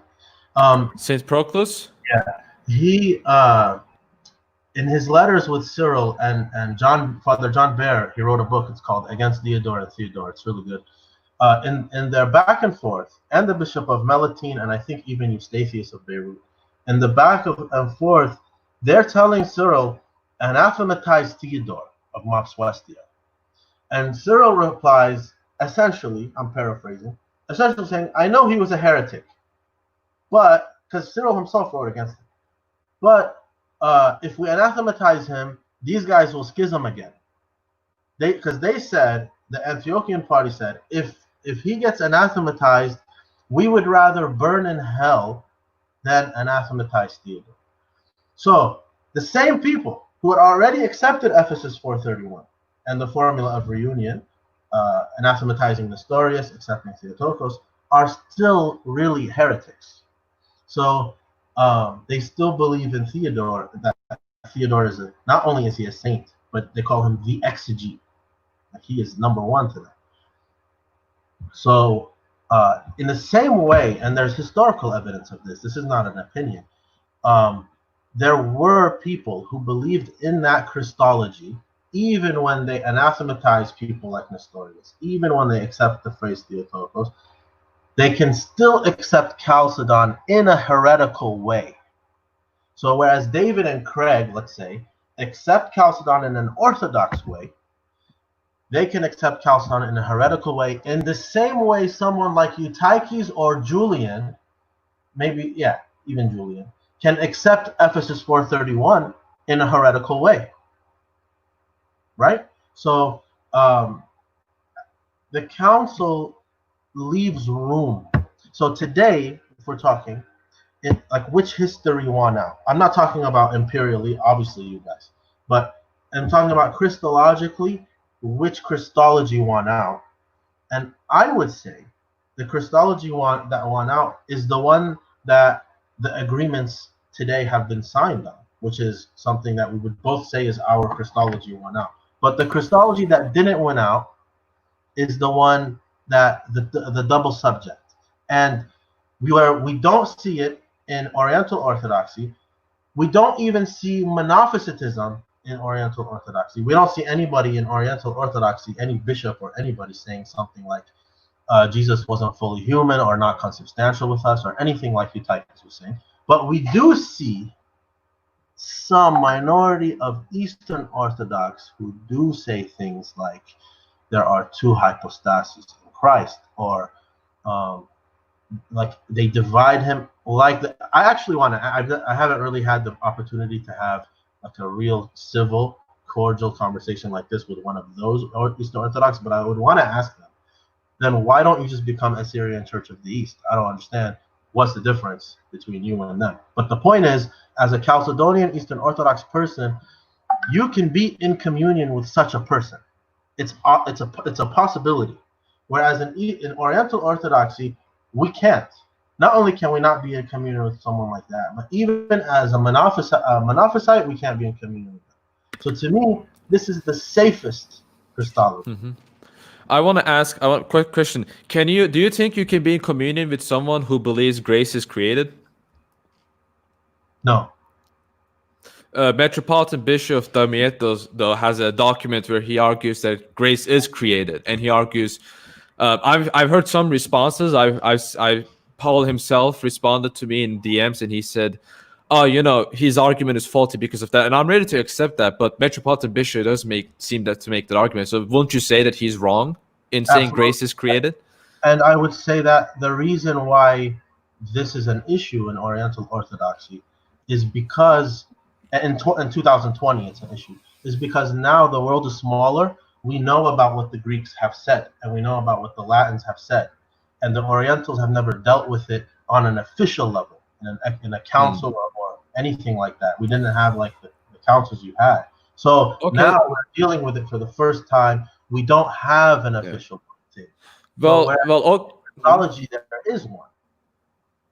Well, okay, but doesn't that also mean that if you're talking about the safest, most closest to accuracy Christology, won't that also be like relevant in this discussion as well? Like, just other things as well, because I mean, we have dealt a lot about these issues regarding essence and distinction, right? And I will say you yourself believe in the distinction. My question will be in what way? Like, is it because we have it dogmatically defined due to the Palamite synods, as some people might say, that happened in the 14th century? It's been cleared out, and you had Synod of Blackernay that clears out energetic procession in response to filioque and all of these things. But if you're going to talk about the theological, historical based theological purity, then wouldn't it be the case that we're kind of way better at that because we had to deal with these issues, whereas from your side you didn't really have to? I mean, forgive me, I might not be understanding the argument too much, but in regards to that, I think that's kind of like what you're saying to me. It feels like, we dealt with the issue of theopaschism. In us, you cannot be anti-theopascite. You cannot be a dual subject Christology. Whereas with Chalcedon, you can maybe. But I think if you extend that to wholesale other things, then the ball is on your court, and it's not a ball. It's a potato that's going to explode in your hand, basically. I think there's a really good argument that you can make from Chalcedon itself that yes, there were, historically speaking, you're 100% right when you're saying historically speaking, there were Nestorianizers in the church. As a matter of fact, this book makes the point itself. He's talking about, Patrick Gray is talking about Nestorianizers in the church and how they interpreted Chalcedon. I don't deny that. What I'm arguing is this. I think their arguments are just inconsistent. I don't think you can make a consistent case looking at only Chalcedon, just only Chalcedon. I don't think anyone can make a consistent Nestorian Christology from Chalcedon consistently. I don't think that's even possible. And the basis of my argument is the fact that the natures are distinguished in thought, not in concrete. I think that's a very strong point. And I don't think you can have a dual subject Christology if the distinction is not concrete. If the distinction is not concrete, then you can't even have subjects in the first place. It's actually impossible. So I guess that's what I will say. Okay. There was a point you were saying regarding like in the first part of your answer about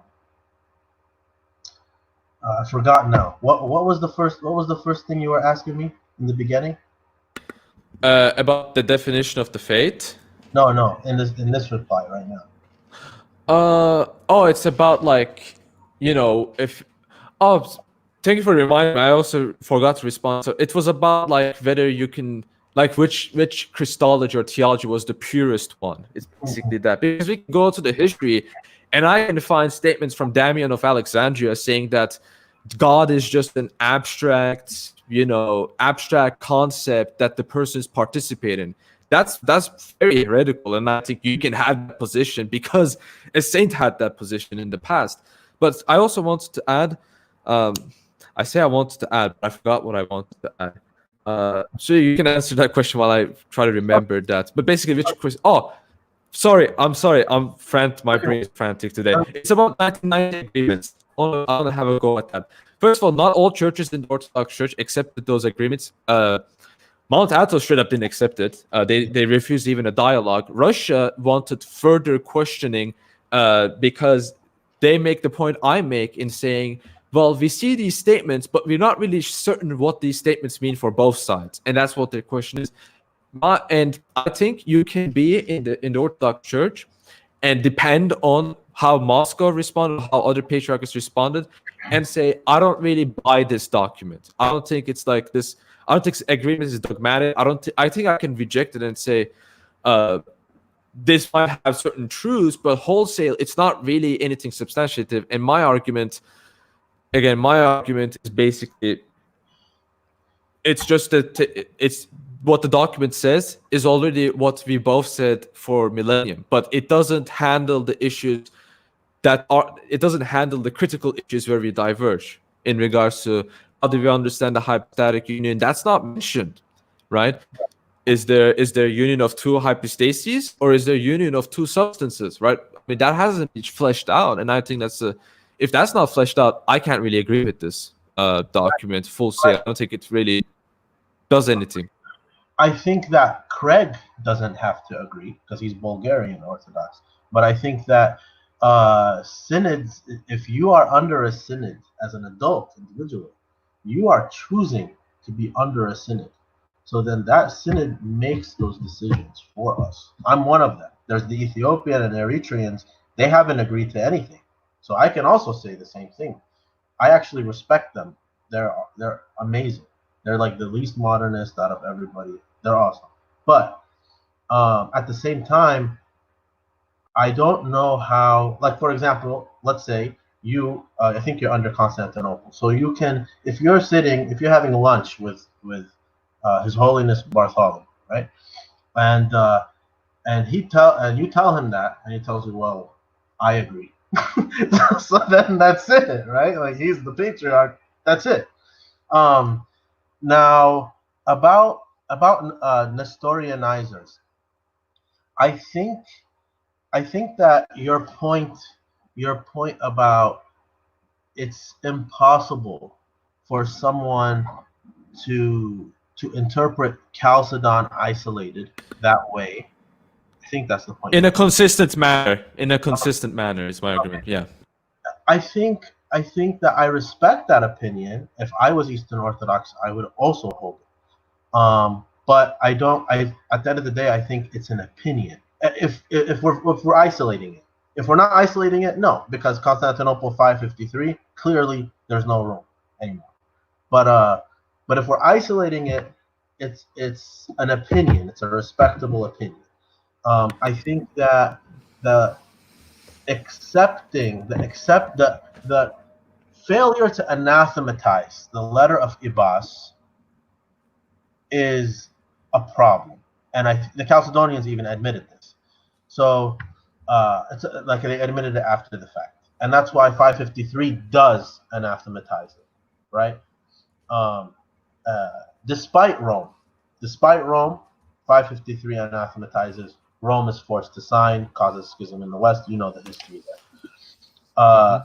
So, in the Oriental side, yes, there are undefined things like ADS or whatever, where you will find it, and there are bishops with different opinions and whatever, because it's not defined.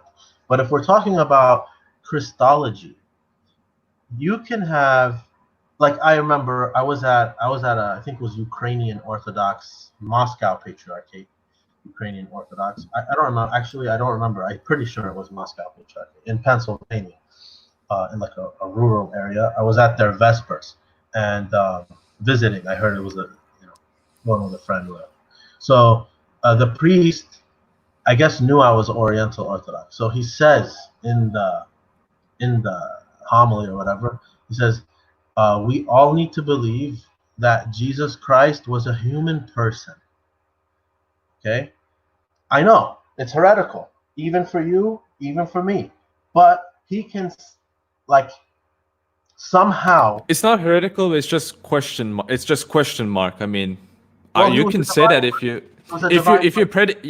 you predicate humanity to his nature, you can say human person if you're predicating that humanness to the nature, not to person in and of itself. It's like saying Christ is a created person. Well, actually, yeah, but if you're talking about his personhood, the formal hypostasis, basically, then that is heretical. But that's open to interpretation because we have fathers that speak of the divine human person. Well, that's attributing, is predicating that to the natures. Yeah.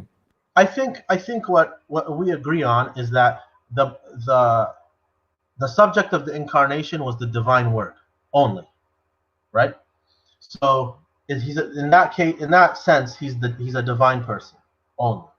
So for this priest to say Jesus is a human person, because an Oriental Orthodox individual is there, like what are the odds? It's the only time I go, and that's when he said it, right? So it seems like he can say it because of Chalcedon. Whether it's heretical or not, Chalcedon leaves room for him and others who we've talked about it, me and you, off the air, to say things like that. So this is not about David being heretical or even Chalcedon being heretical, but this is about heresy being allowed. So you brought up Damien of Alexandria. Damien of Alexandria with Peter of Antioch, it's a big like confused era. Both of these patriarchs excommunicated each other, both misunderstood each other, and then as soon as there were new patriarchs, that was over. It's not like a key thing. But Paul in the debate made Damien's arguments against me. He said properties are the hypostasis. I mean, that's Damien's argument against Peter, is that the hypostatic properties are the hypostasis themselves. That's a key argument Damien makes. So it does affect his Christology. So I think what Paul meant, and again, I don't know much about this, but I think what Paul meant was the particular reality, I think it's called, right? Particular reality with the properties, that's what a hypostasis means. Like hypostasis is defined by a particular substance with properties. Good? Can you repeat that again? My brain just went to it. Sure. Actually, I have a quote. Okay, let me give it to you from Paul. Was it the one you sent? Oh, from Paul. Okay. So what is particular?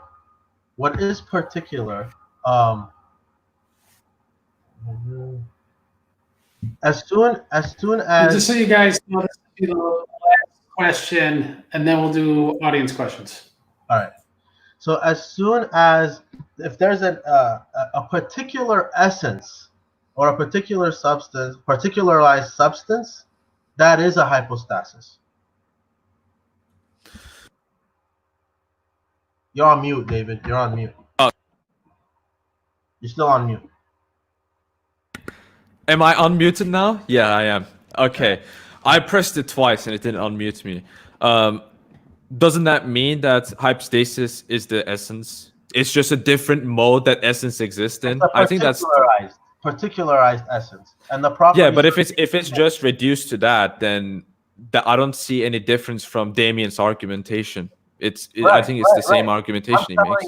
I'm telling you that I think, and Daniel doesn't know this, but I think that there are Oriental Orthodox who know more than me who can defend Damien's belief. I think that there's a way to defend it. And this is a bit of off topic, but I don't another problem with Damien's triadology is that it kind of destroys the monarchy of the Father, because it places such an emphasis on God just being this abstract unity that all the persons participate in. This is literally what he says. And my point is about this theology. I'll cut this short because I think we're going to go to question and answers. But all of this, if you have different Christological presuppositions in your Christology, in your theology, it can lead to problems even in the Trinity. So, for example, if you believe that Christ cannot have two natures, whatever you think nature means, because multiplicity implies separation, for example, then that's going to apply to the Trinity. Then you're going to say, well, the persons are three persons. There's a real distinction. That means the persons are really separate. And then Severus of Antioch, what does he say? Letter 19, letter 22, letter 33, he says, yes, they are separate.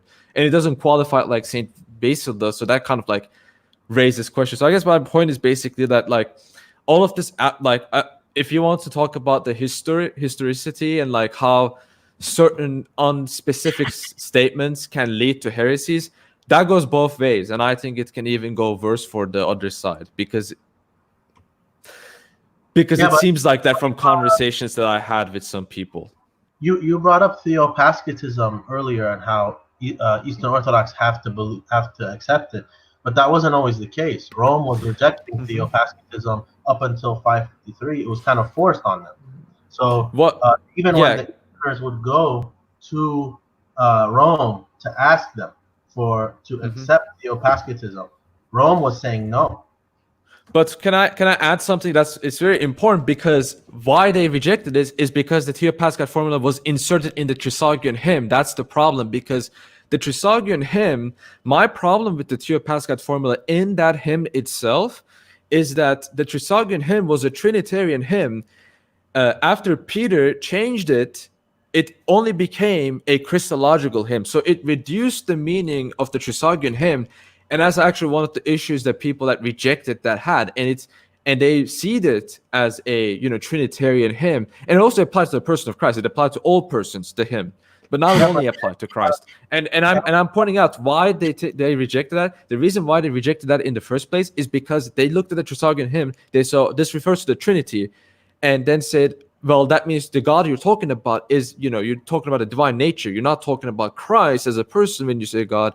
You're talking about the divine nature, and that means the divine nature suffered. We can't accept that. That's the mindset that they had. So it wasn't just like that because they were Nestorians and they rejected Saint Cyril. No, it's because of that's basically the reason that they had.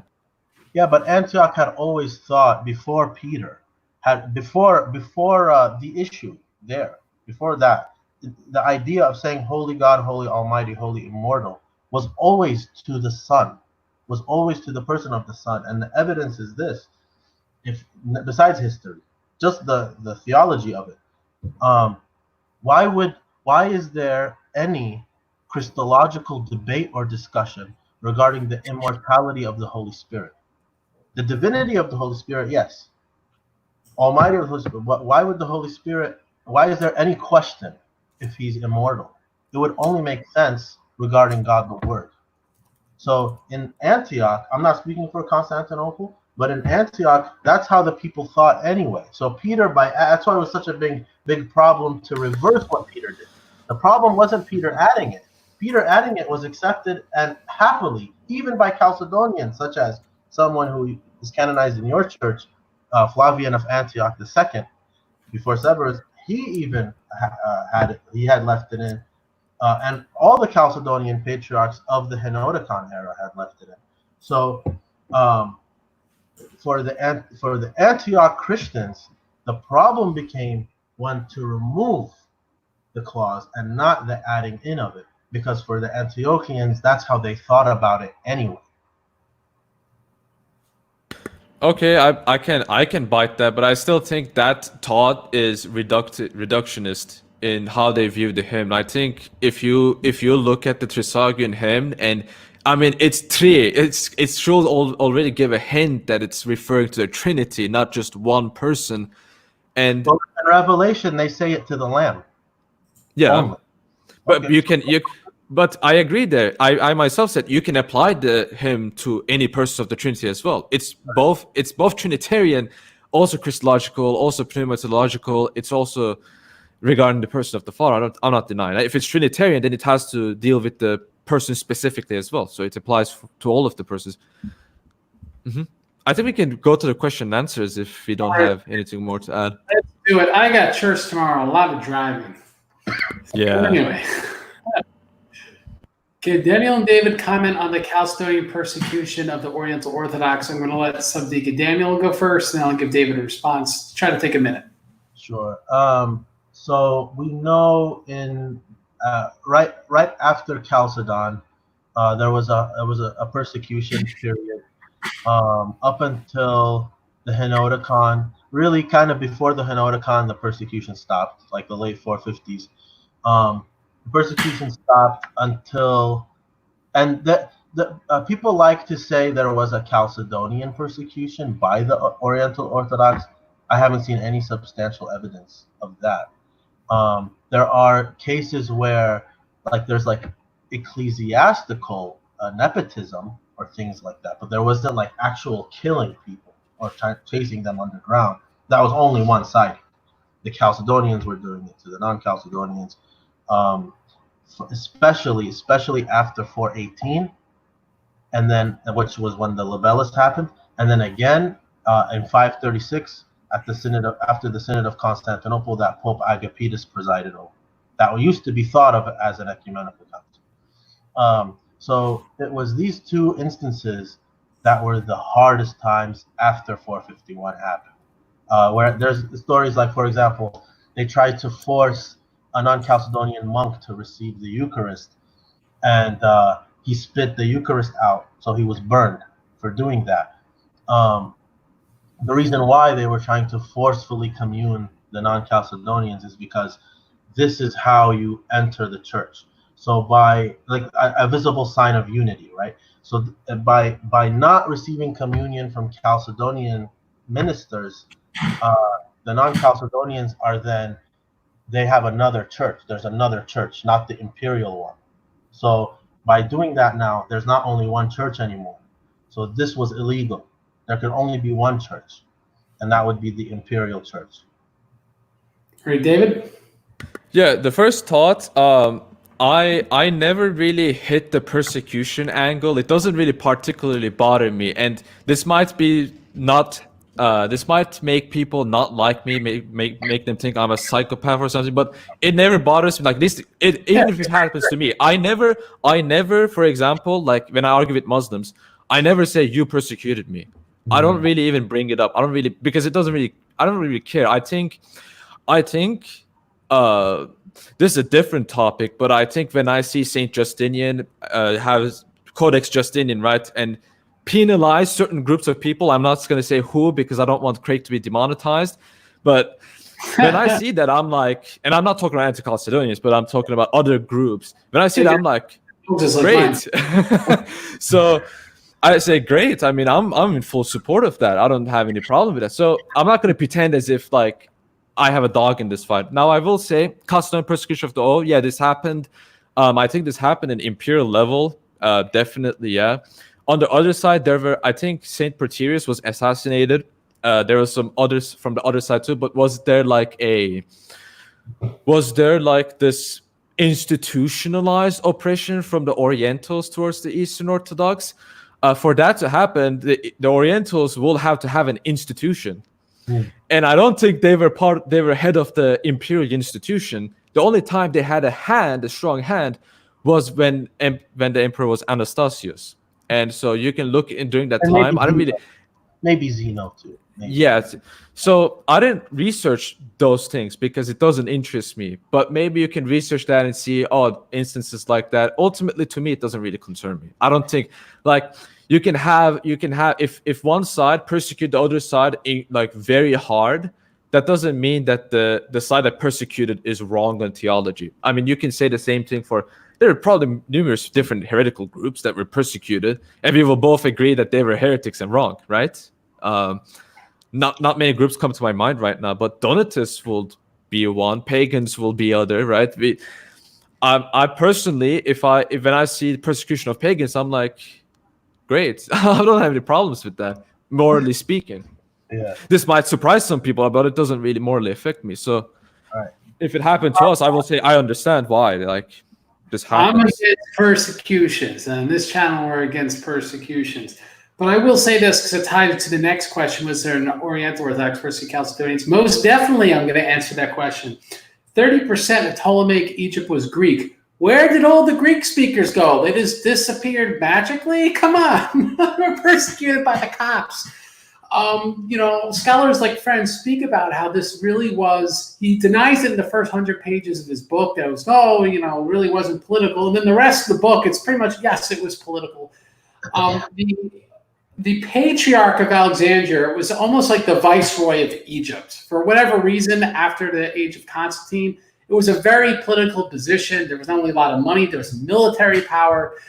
And there was definitely killings, Chalcedonian bishops that were killed, lynchings, persecutions. These Greeks didn't just appear. How in the 6th century was it like, all right, 95% Copt and 5% Greek? Where did all the Greeks go? We know where the Jews went, for example. They were persecuted outside of Alexandria. They were kicked out. Jews at some point were about 10% during the Ptolemaic area of Alexandria, and that persisted into the Roman times. So yeah, we could actually point to certain policies and actors which led to the persecution of Jews in Alexandria. Where do the Greek speakers go? I mean, there's Greeks now in the Eastern Orthodox Patriarchate of Egypt, but a lot of them are like immigrants since like after World War II. So they're Greeks, but from Greece. They're not like native Greeks from Egypt. They were genocided away or forced out. And people like talking about this because they're not like historically this oppressed group.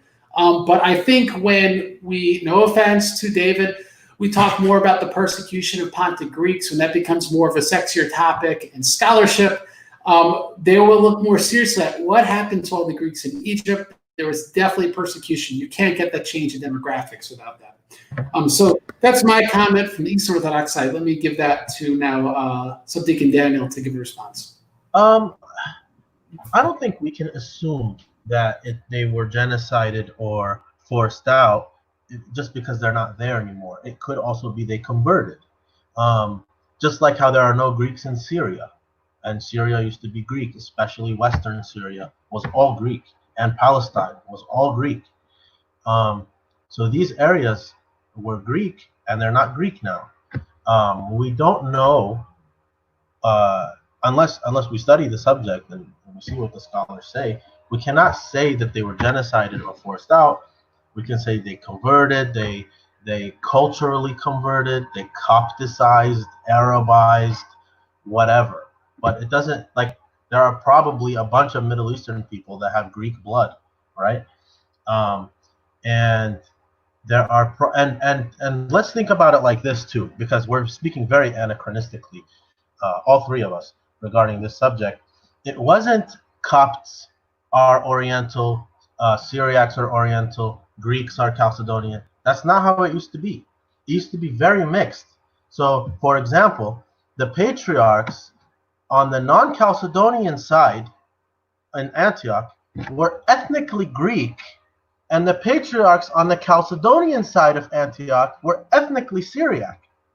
So now it's not, because the populations that had accepted a view or the other eventually became the majority. But originally, like you have Ephraim of Amid and Abraham and some other bishops of the Chalcedonian side, they were Syriac. And you have Peter the Fuller and Severus, they were Greek. In Egypt was the same. There wasn't really a distinction between ethnically Copt and ethnically Greek at that time yet. That didn't yet exist. So for them, there was no view that way. So to talk about a Coptic genocide of Greeks, that is an anachronistic way to think. And the same in Syria. There was no Syriac persecution of Greeks there. And if there was, it would be Syriac Chalcedonians persecuting Greek non-Chalcedonians. David, do you want to make a quick comment, or we want to move to the next question? Yeah, I want to say that is possible, but it's, as I said, it's possible. I think both. Here's what I think about the concept of persecution. I want to say I'm a Pontic Greek myself, ethnically speaking. So obviously I'm aware of the genocides, and I live in Turkey, and this topic haunted me for years. So I have experience in this, like, kind of like being that group. I just want to say that I think what a persecution indicates is that I'm not saying it's a morally good thing, by the way, in all cases, but what it indicates is that the people are taking it seriously, what they believe in seriously. I don't like it when I see that people aren't taking their faith seriously. So I guess that kind of explains why I'm like kind of like getting this counter reaction. But I will say that a lot of Copts took their faith seriously, and some of the people took it in a bad. I think there is a possibility for that. And I will also like to say again, if they did it, I don't think they're like inherently evil people for doing that. I think people have that mindset, but I think it's understandable how that happens, because you kind of have to have the mindset of living in that civilization to really understand it. The civilization we live in is kind of like this like apathetic civilization where we don't care about anyone. It's kind of like, yeah. So you have to understand that mindset. And I don't think it's like an evil mindset. It happened in the Bible. Both Christians and people fighting against Christians did it. Now, I'm going to keep the question up only temporarily because it covers David's face. Question for Daniel. You said Chalcedon allowed for some to hold Nestorian views. How is that different than Arianism at Constantinople decades after Nicaea condemned the Arian heresy? It's not different. That's why Constantinople 381 happened. That's why Constantinople 553 happened. David? Thank you, because a lot of Coptic apologists miss this, and yeah, I agree. That's basically why I make these points about you had Eutychianism too. It isn't because I'm arguing against their position. Oh, you're wrong because this position was allowed. My argument, I understand that. I will also agree that in their position, it's inconsistent to have Julianist views if they accept the dogmatic statements. I'm just saying my point is basically counter to the popular Oriental point that some people are. So thank you, Subdeacon Daniel Kakish, for being honest. I mean, that's why I'm chatting with you. Now we got Elijah Yassi. Question for Subdeacon Daniel. Did Dioscorus try to get the tome read during Ephesus II? Did he prevent that so that supposedly Rome doesn't get executed for heresy? Seems to be speaking out both sides of your mouth. Response? I've tried. I've actually practiced in the mirror, tried to speak out of both sides. Doing it right now. So, I didn't say Dioscorus tried to prevent the tome from being read so that Rome doesn't get excommunicated. I said the synod did. And I actually, if we're talking about specific individuals, I would say Juvenal specifically. Because Dioscorus did ask for it to be read 3 times. Now, it's in the Acts of Ephesus. For us to say that's not true is speculative. All we have to work with is the Acts of Ephesus, and if we want to, and then after that, we can depend on commentary of people who were there. If we want to talk about the bishops who denied this, I don't think they're reliable since they change their minds all the time. Whoever's in power, they're good with them. So, really, we kind of have to take his word for it because Juvenal himself doesn't say that that's not true. When Dioscorus said, I asked for it to be read 3 times, Juvenal doesn't say, no, you didn't. All right. Yeah. Can I respond just short note? I want to add that I think there's a good possibility that that question might be a rhetorical question or basically a question to the air. It's kind of like if you have a very strict person and you're asking people, do you have any questions, when you don't want any questions. If the people feel that air in that room, they're like, I'm not going to ask questions because this person is going to screw me up, then you're not going to have any questions. So it can be rhetorical, and I think there's good evidence considering there has been like heavy suppression in the council as well. Papal legates talk about this. It's not just bishops that are like flip-flop all the time. And one can ask, why are the bishops flip-flopping? Are they flip-flopping because they don't have faith in their beliefs, or are they flip-flopping because they simply were, suppressed, or because they were influenced by a charismatic figure that told them what to do, right? Again, multiple interpretations. I think I just want to talk about the possibility of that. I want to say this historically, which is in session 1 of Chalcedon. They all say, we didn't really sign on to that. They forced us to put our signatures, and they added a bunch of stuff. Yeah. No, and I know Subdeacon Dan is laughing about it, but you read the minutes of Chalcedon, and you could tell they have a fair amount of integrity. There's a lot of debate. There's embarrassing details. You read the minutes of Ephesus II, like I said, it seems like the same person wrote every person's signature, because the way they talk is totally different from how they talk in the next council. The way they talk sounds like the same guy is talking. And so there seems to be something to what they're saying in Chalcedon 1, where maybe they didn't have Theodosius II, having a spear at their throats. They felt a little more free to talk differently than however Ephesus II went down, and maybe they really write their signatures. I mean, it's again that's just a spear on their throat. All right. So anyway, why did Nestorianism survive after Ephesus? I'll give this to David verse, then Subdeacon Daniel. So why did Nestorianism survive after Ephesus? It's basically a heretical group trying to exist within the structure. This has happened with Arians, with Eunomians, with Apollinarians. This has happened throughout history. So I think both me and Subdeacon Daniel Kakish will agree that that councils can condemn views, but the same views that get condemned can still exist within that structure. But again, I will argue that even if that is the case and that happens for both sides, this is a point that benefits us both, is that they cannot be consistent when they do it. So with Severin Zealot's debate with the fake Orthodox duo, true Orthodox duo, the true Orthodox duo point out that Nestorians, they accepted the Chalcedon word, but they modified some of the texts to make it more favorable to their position. They pointed that out. So again, this kind of stuff has happened. So that's my explanation. Subdeacon Dan? Yeah, I totally agree. I think that these people are very, very smart. And we have to be honest, and it implicates both of our sides. There have been a lot of times where bishops have compromised things in order to keep their see or keep their power or whatever it is. In a lot of cases in church history, it's happened. So, and this is one of the times is that they find ways, they find loopholes. So like these, where in a council that explicitly anathematizes Nestorius, like Chalcedon and the Tome, people who believe in that Christology, not in Nestorius himself, but in that Christology, can find a way to make it fit here. So, and this, if you read, I forgot the name of the book, but it's a history on the Assyrian Church of the East and how long they were in communion with the Chalcedonians.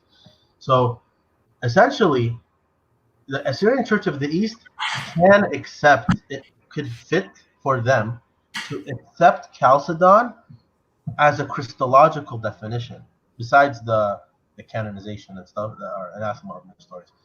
But once Constantinople 553 happens, it's no longer possible.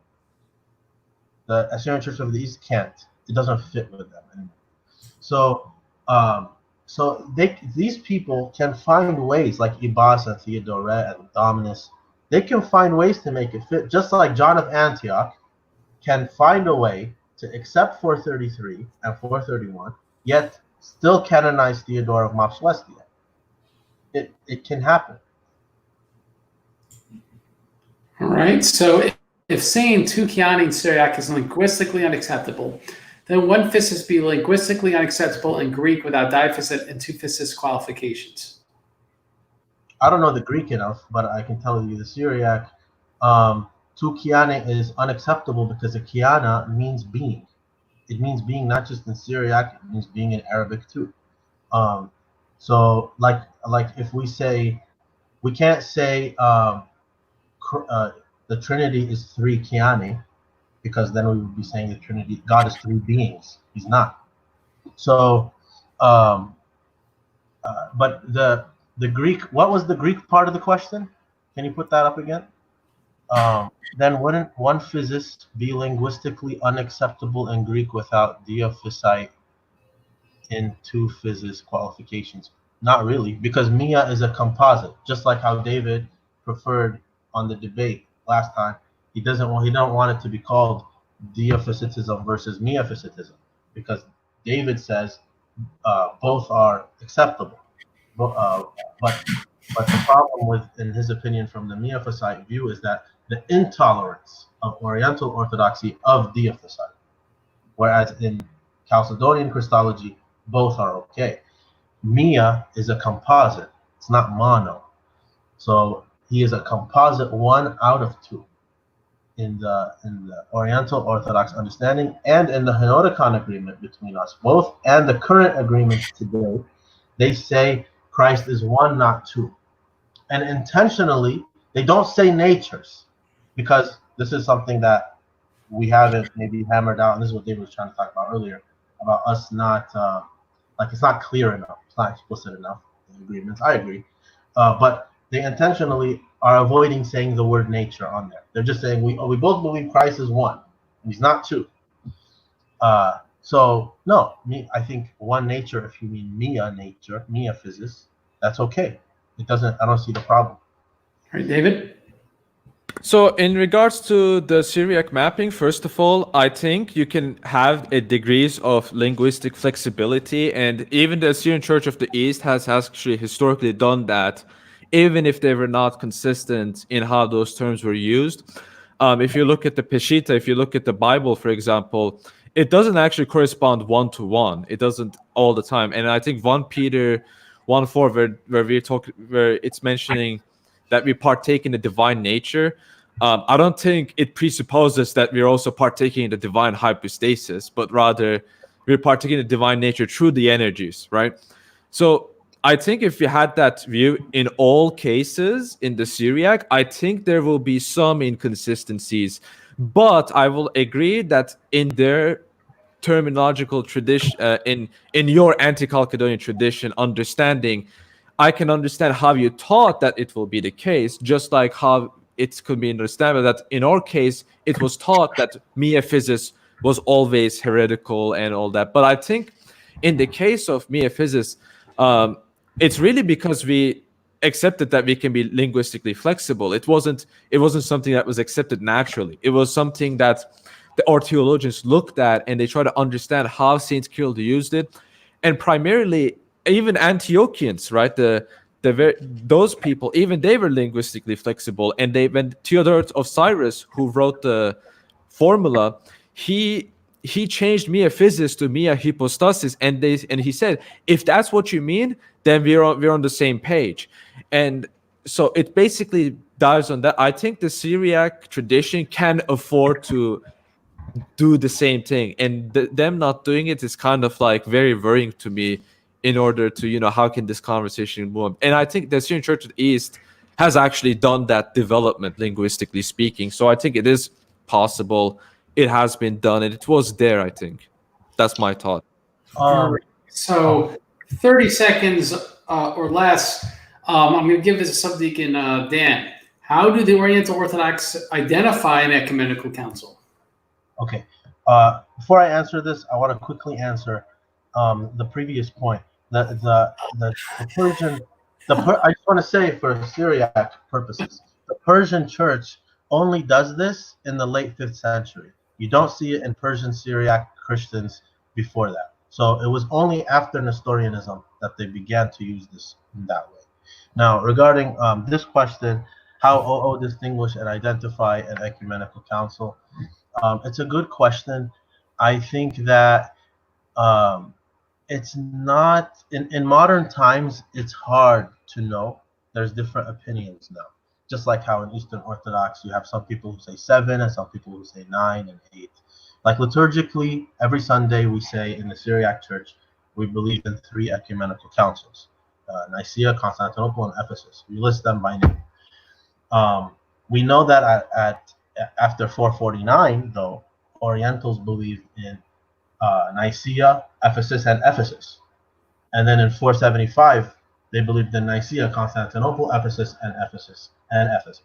So it's not so clear, but today we know there's 3. Some people like to say when we say Ephesus, we mean all 3 of them. Some people like to say, no, it's only 431. Some people say, who cares what we're saying in the liturgy? We believe in the other 2 anyway. It's not so clear. We just know it's the faith handed down once for all. There's no like Pope or Vatican to tell us, just like you guys. All right. So this for something. Craig, couldn't I respond? I thought I had that. Authority, now Oriental Orthodox view From our perspective, right? Right. I mean, I just want to do Eastern Orthodox in 30 seconds. Yeah. I just want to say, I will say, for example, I will reject that there are 7 ecumenical. I personally believe there are 9. I will include Constantinople 879 and the Palamite synods. I think they're ecumenical, but I will also make this point clear: not all dogmatic councils are ecumenical. I think there can be councils that are dogmatic that the church accepts that are not considered as that doesn't have to be an ecumenical council, as long as the entirety of the church universally accepts it, that it's antique and passes those criteria, it is accepted. So I think I will be more like flexible in that. So I don't think like. We have other councils, like the Moldovan Synod in 1642, the Council of Dositheus, and they had all the members of what was left of the Pentarchy signing on to it. Yeah.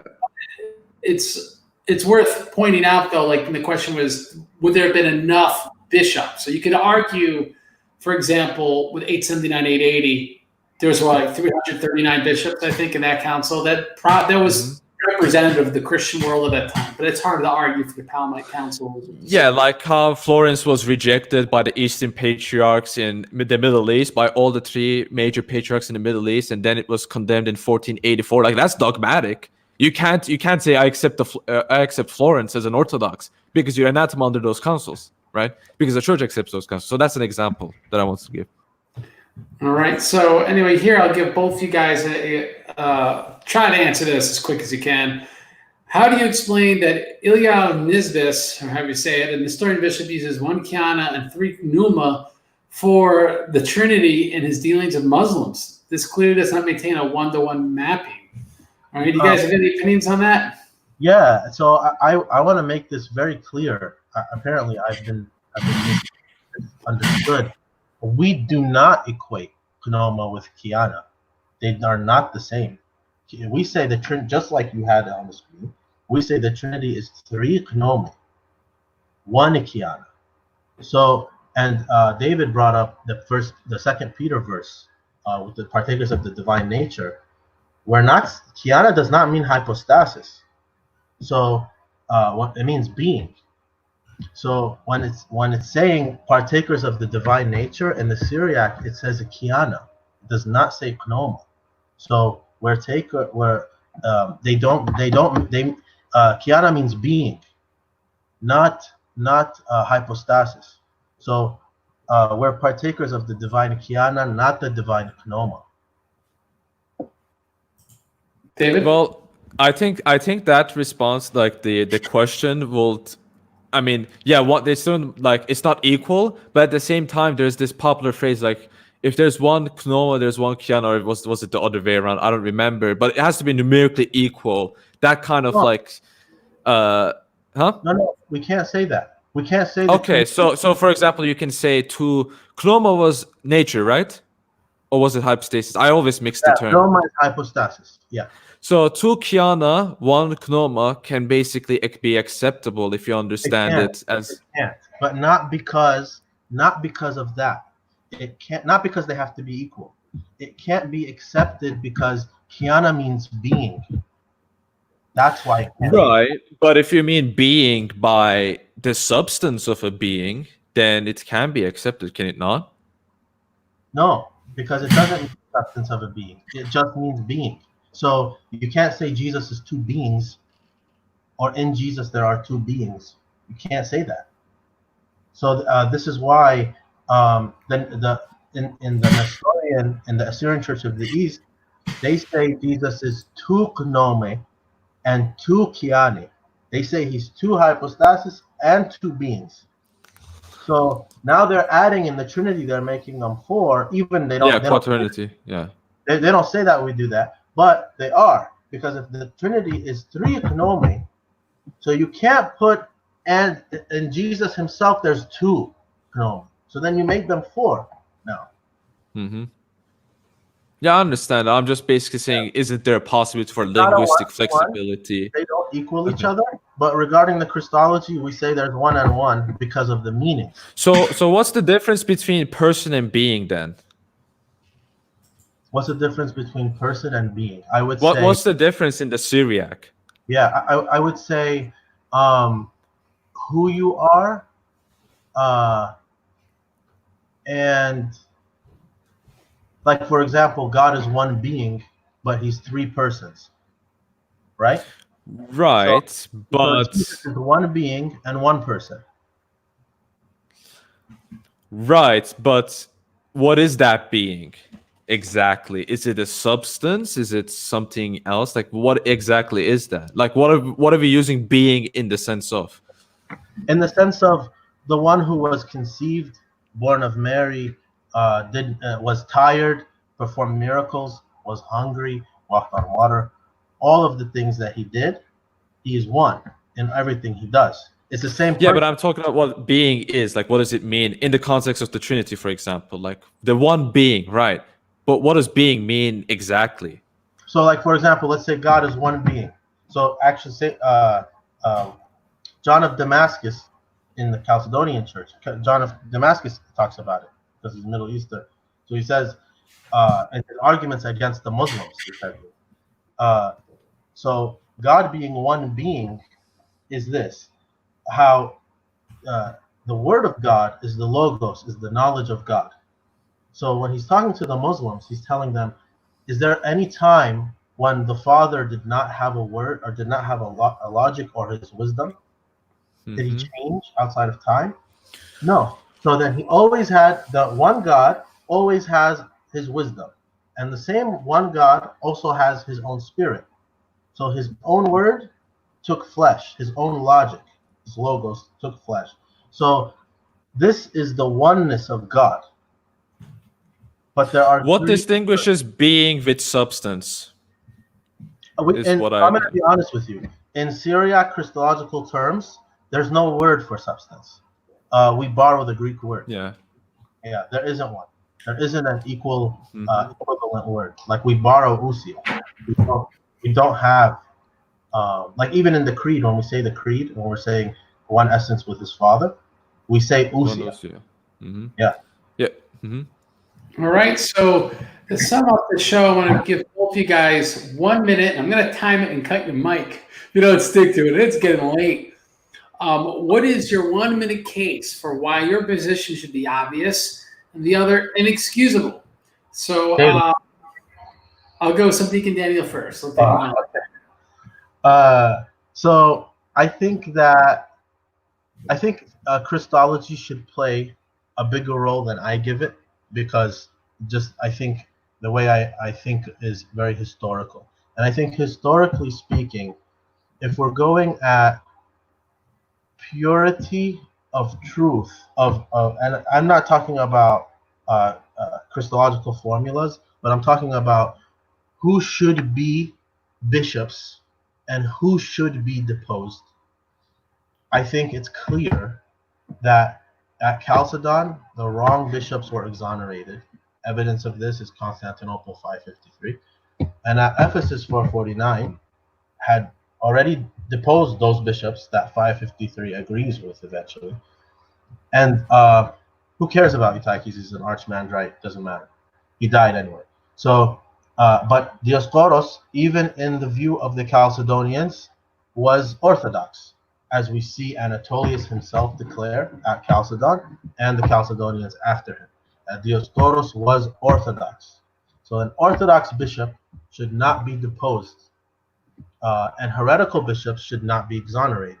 Just on this fact, and things like a letter saying Cyril was Apollinarian in his 12 chapters being read at Chalcedon and not condemned until 100 years later it was condemned. That in itself is enough for me to say this council was not led by the Holy Spirit. All right, we're past a minute, about a minute 30. David? All right. Okay, so the first thing I want to say, Dioscorus didn't even defend himself. He didn't attend the session where there were letters read. One of those letters that accused Dioscorus was from the nephew of St. Cyril of Alexandria. And he himself said, Dioscorus persecuted me. So I think when St. Cyril's family member does that, I think it's kind of... And the fact that he didn't defend himself was an implicit admission from the bishops, basically, that he accepted what he basically accepts the charges. And he didn't even have a chance to be accused of being a heretic, because that defense, he didn't even appear. But to the original question, I will ask a Christological question. So in our case, there's one divine person. He assumed an impersonal human nature. The human nature of Christ is the nature... The hypostasis of the human nature is the divine hypostasis, right? And whereas in the opposite view, instead of a union of those two natures, you have a union of two natures, but the nature means hypostasis. Now, the question I want to ask, that I asked in the debate, is if you have a union of two hypostases and a composite hypostasis out of two, then you have to ask, is this uncreated or is this created?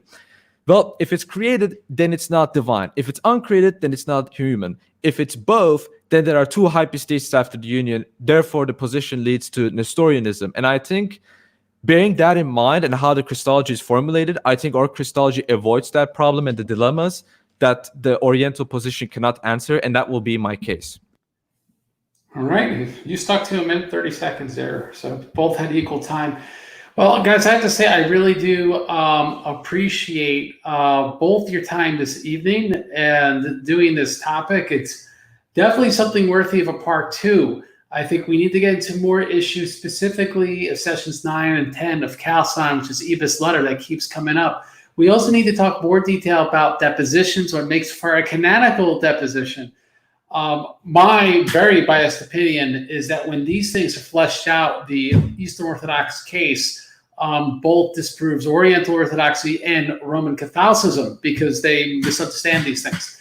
But be that as it may, we have the opportunity, God willing, in the future for Subdeacon Daniel to prove us wrong at that point.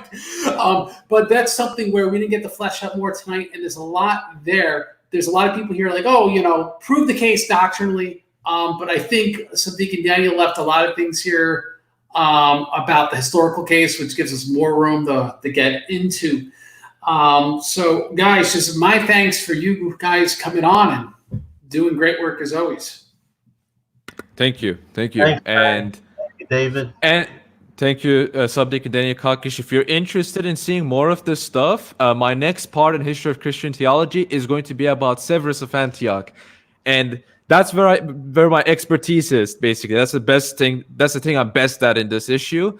And if you're interested to see my theological breakdown of his Christology and his Tridology, I'll recommend checking that video. It's probably going to be the most detailed, the best part. And if you're not interested, then don't watch it, I guess, yeah.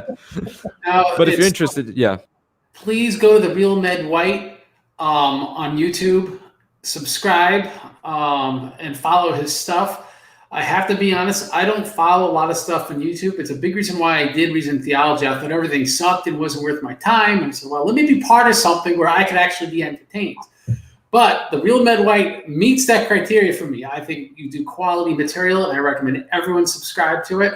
Subdeacon Daniel, what do you want to plug? Because you don't have a channel. I'm going to be on Craig's show again tomorrow. So tune in. We're going to plug Subdeacon Daniel. He's doing his Christian testimony tomorrow. There is some rumors that we might see his bunny. Don't know what's going to happen. But I really look forward to hearing about Subdeacon Daniel's testimony because you grew up, right, a evangelical, but ethnically, at least from your father's side, Eastern Orthodox, and you chose upon Oriental Orthodoxy. So I think in these things, people think this analytically, but we all have personal reasons for the decisions we've made. And somewhere along the way, we've also done kind of the more rational, historical sort of decisions. And it's interesting to see where that came out. So I really look forward to that tomorrow. For everyone else, you see in the bottom, as this show bless you, bless someone else. So depending on your communion, please support your local monastery because due to COVID, they have less pilgrims and they need your support and you need their prayers. So please support your local monastery and support old guys who are going out there making good content and blessing you. So everyone watching this, God bless you. Have a good evening and prepare your mind for church tomorrow. Thanks again.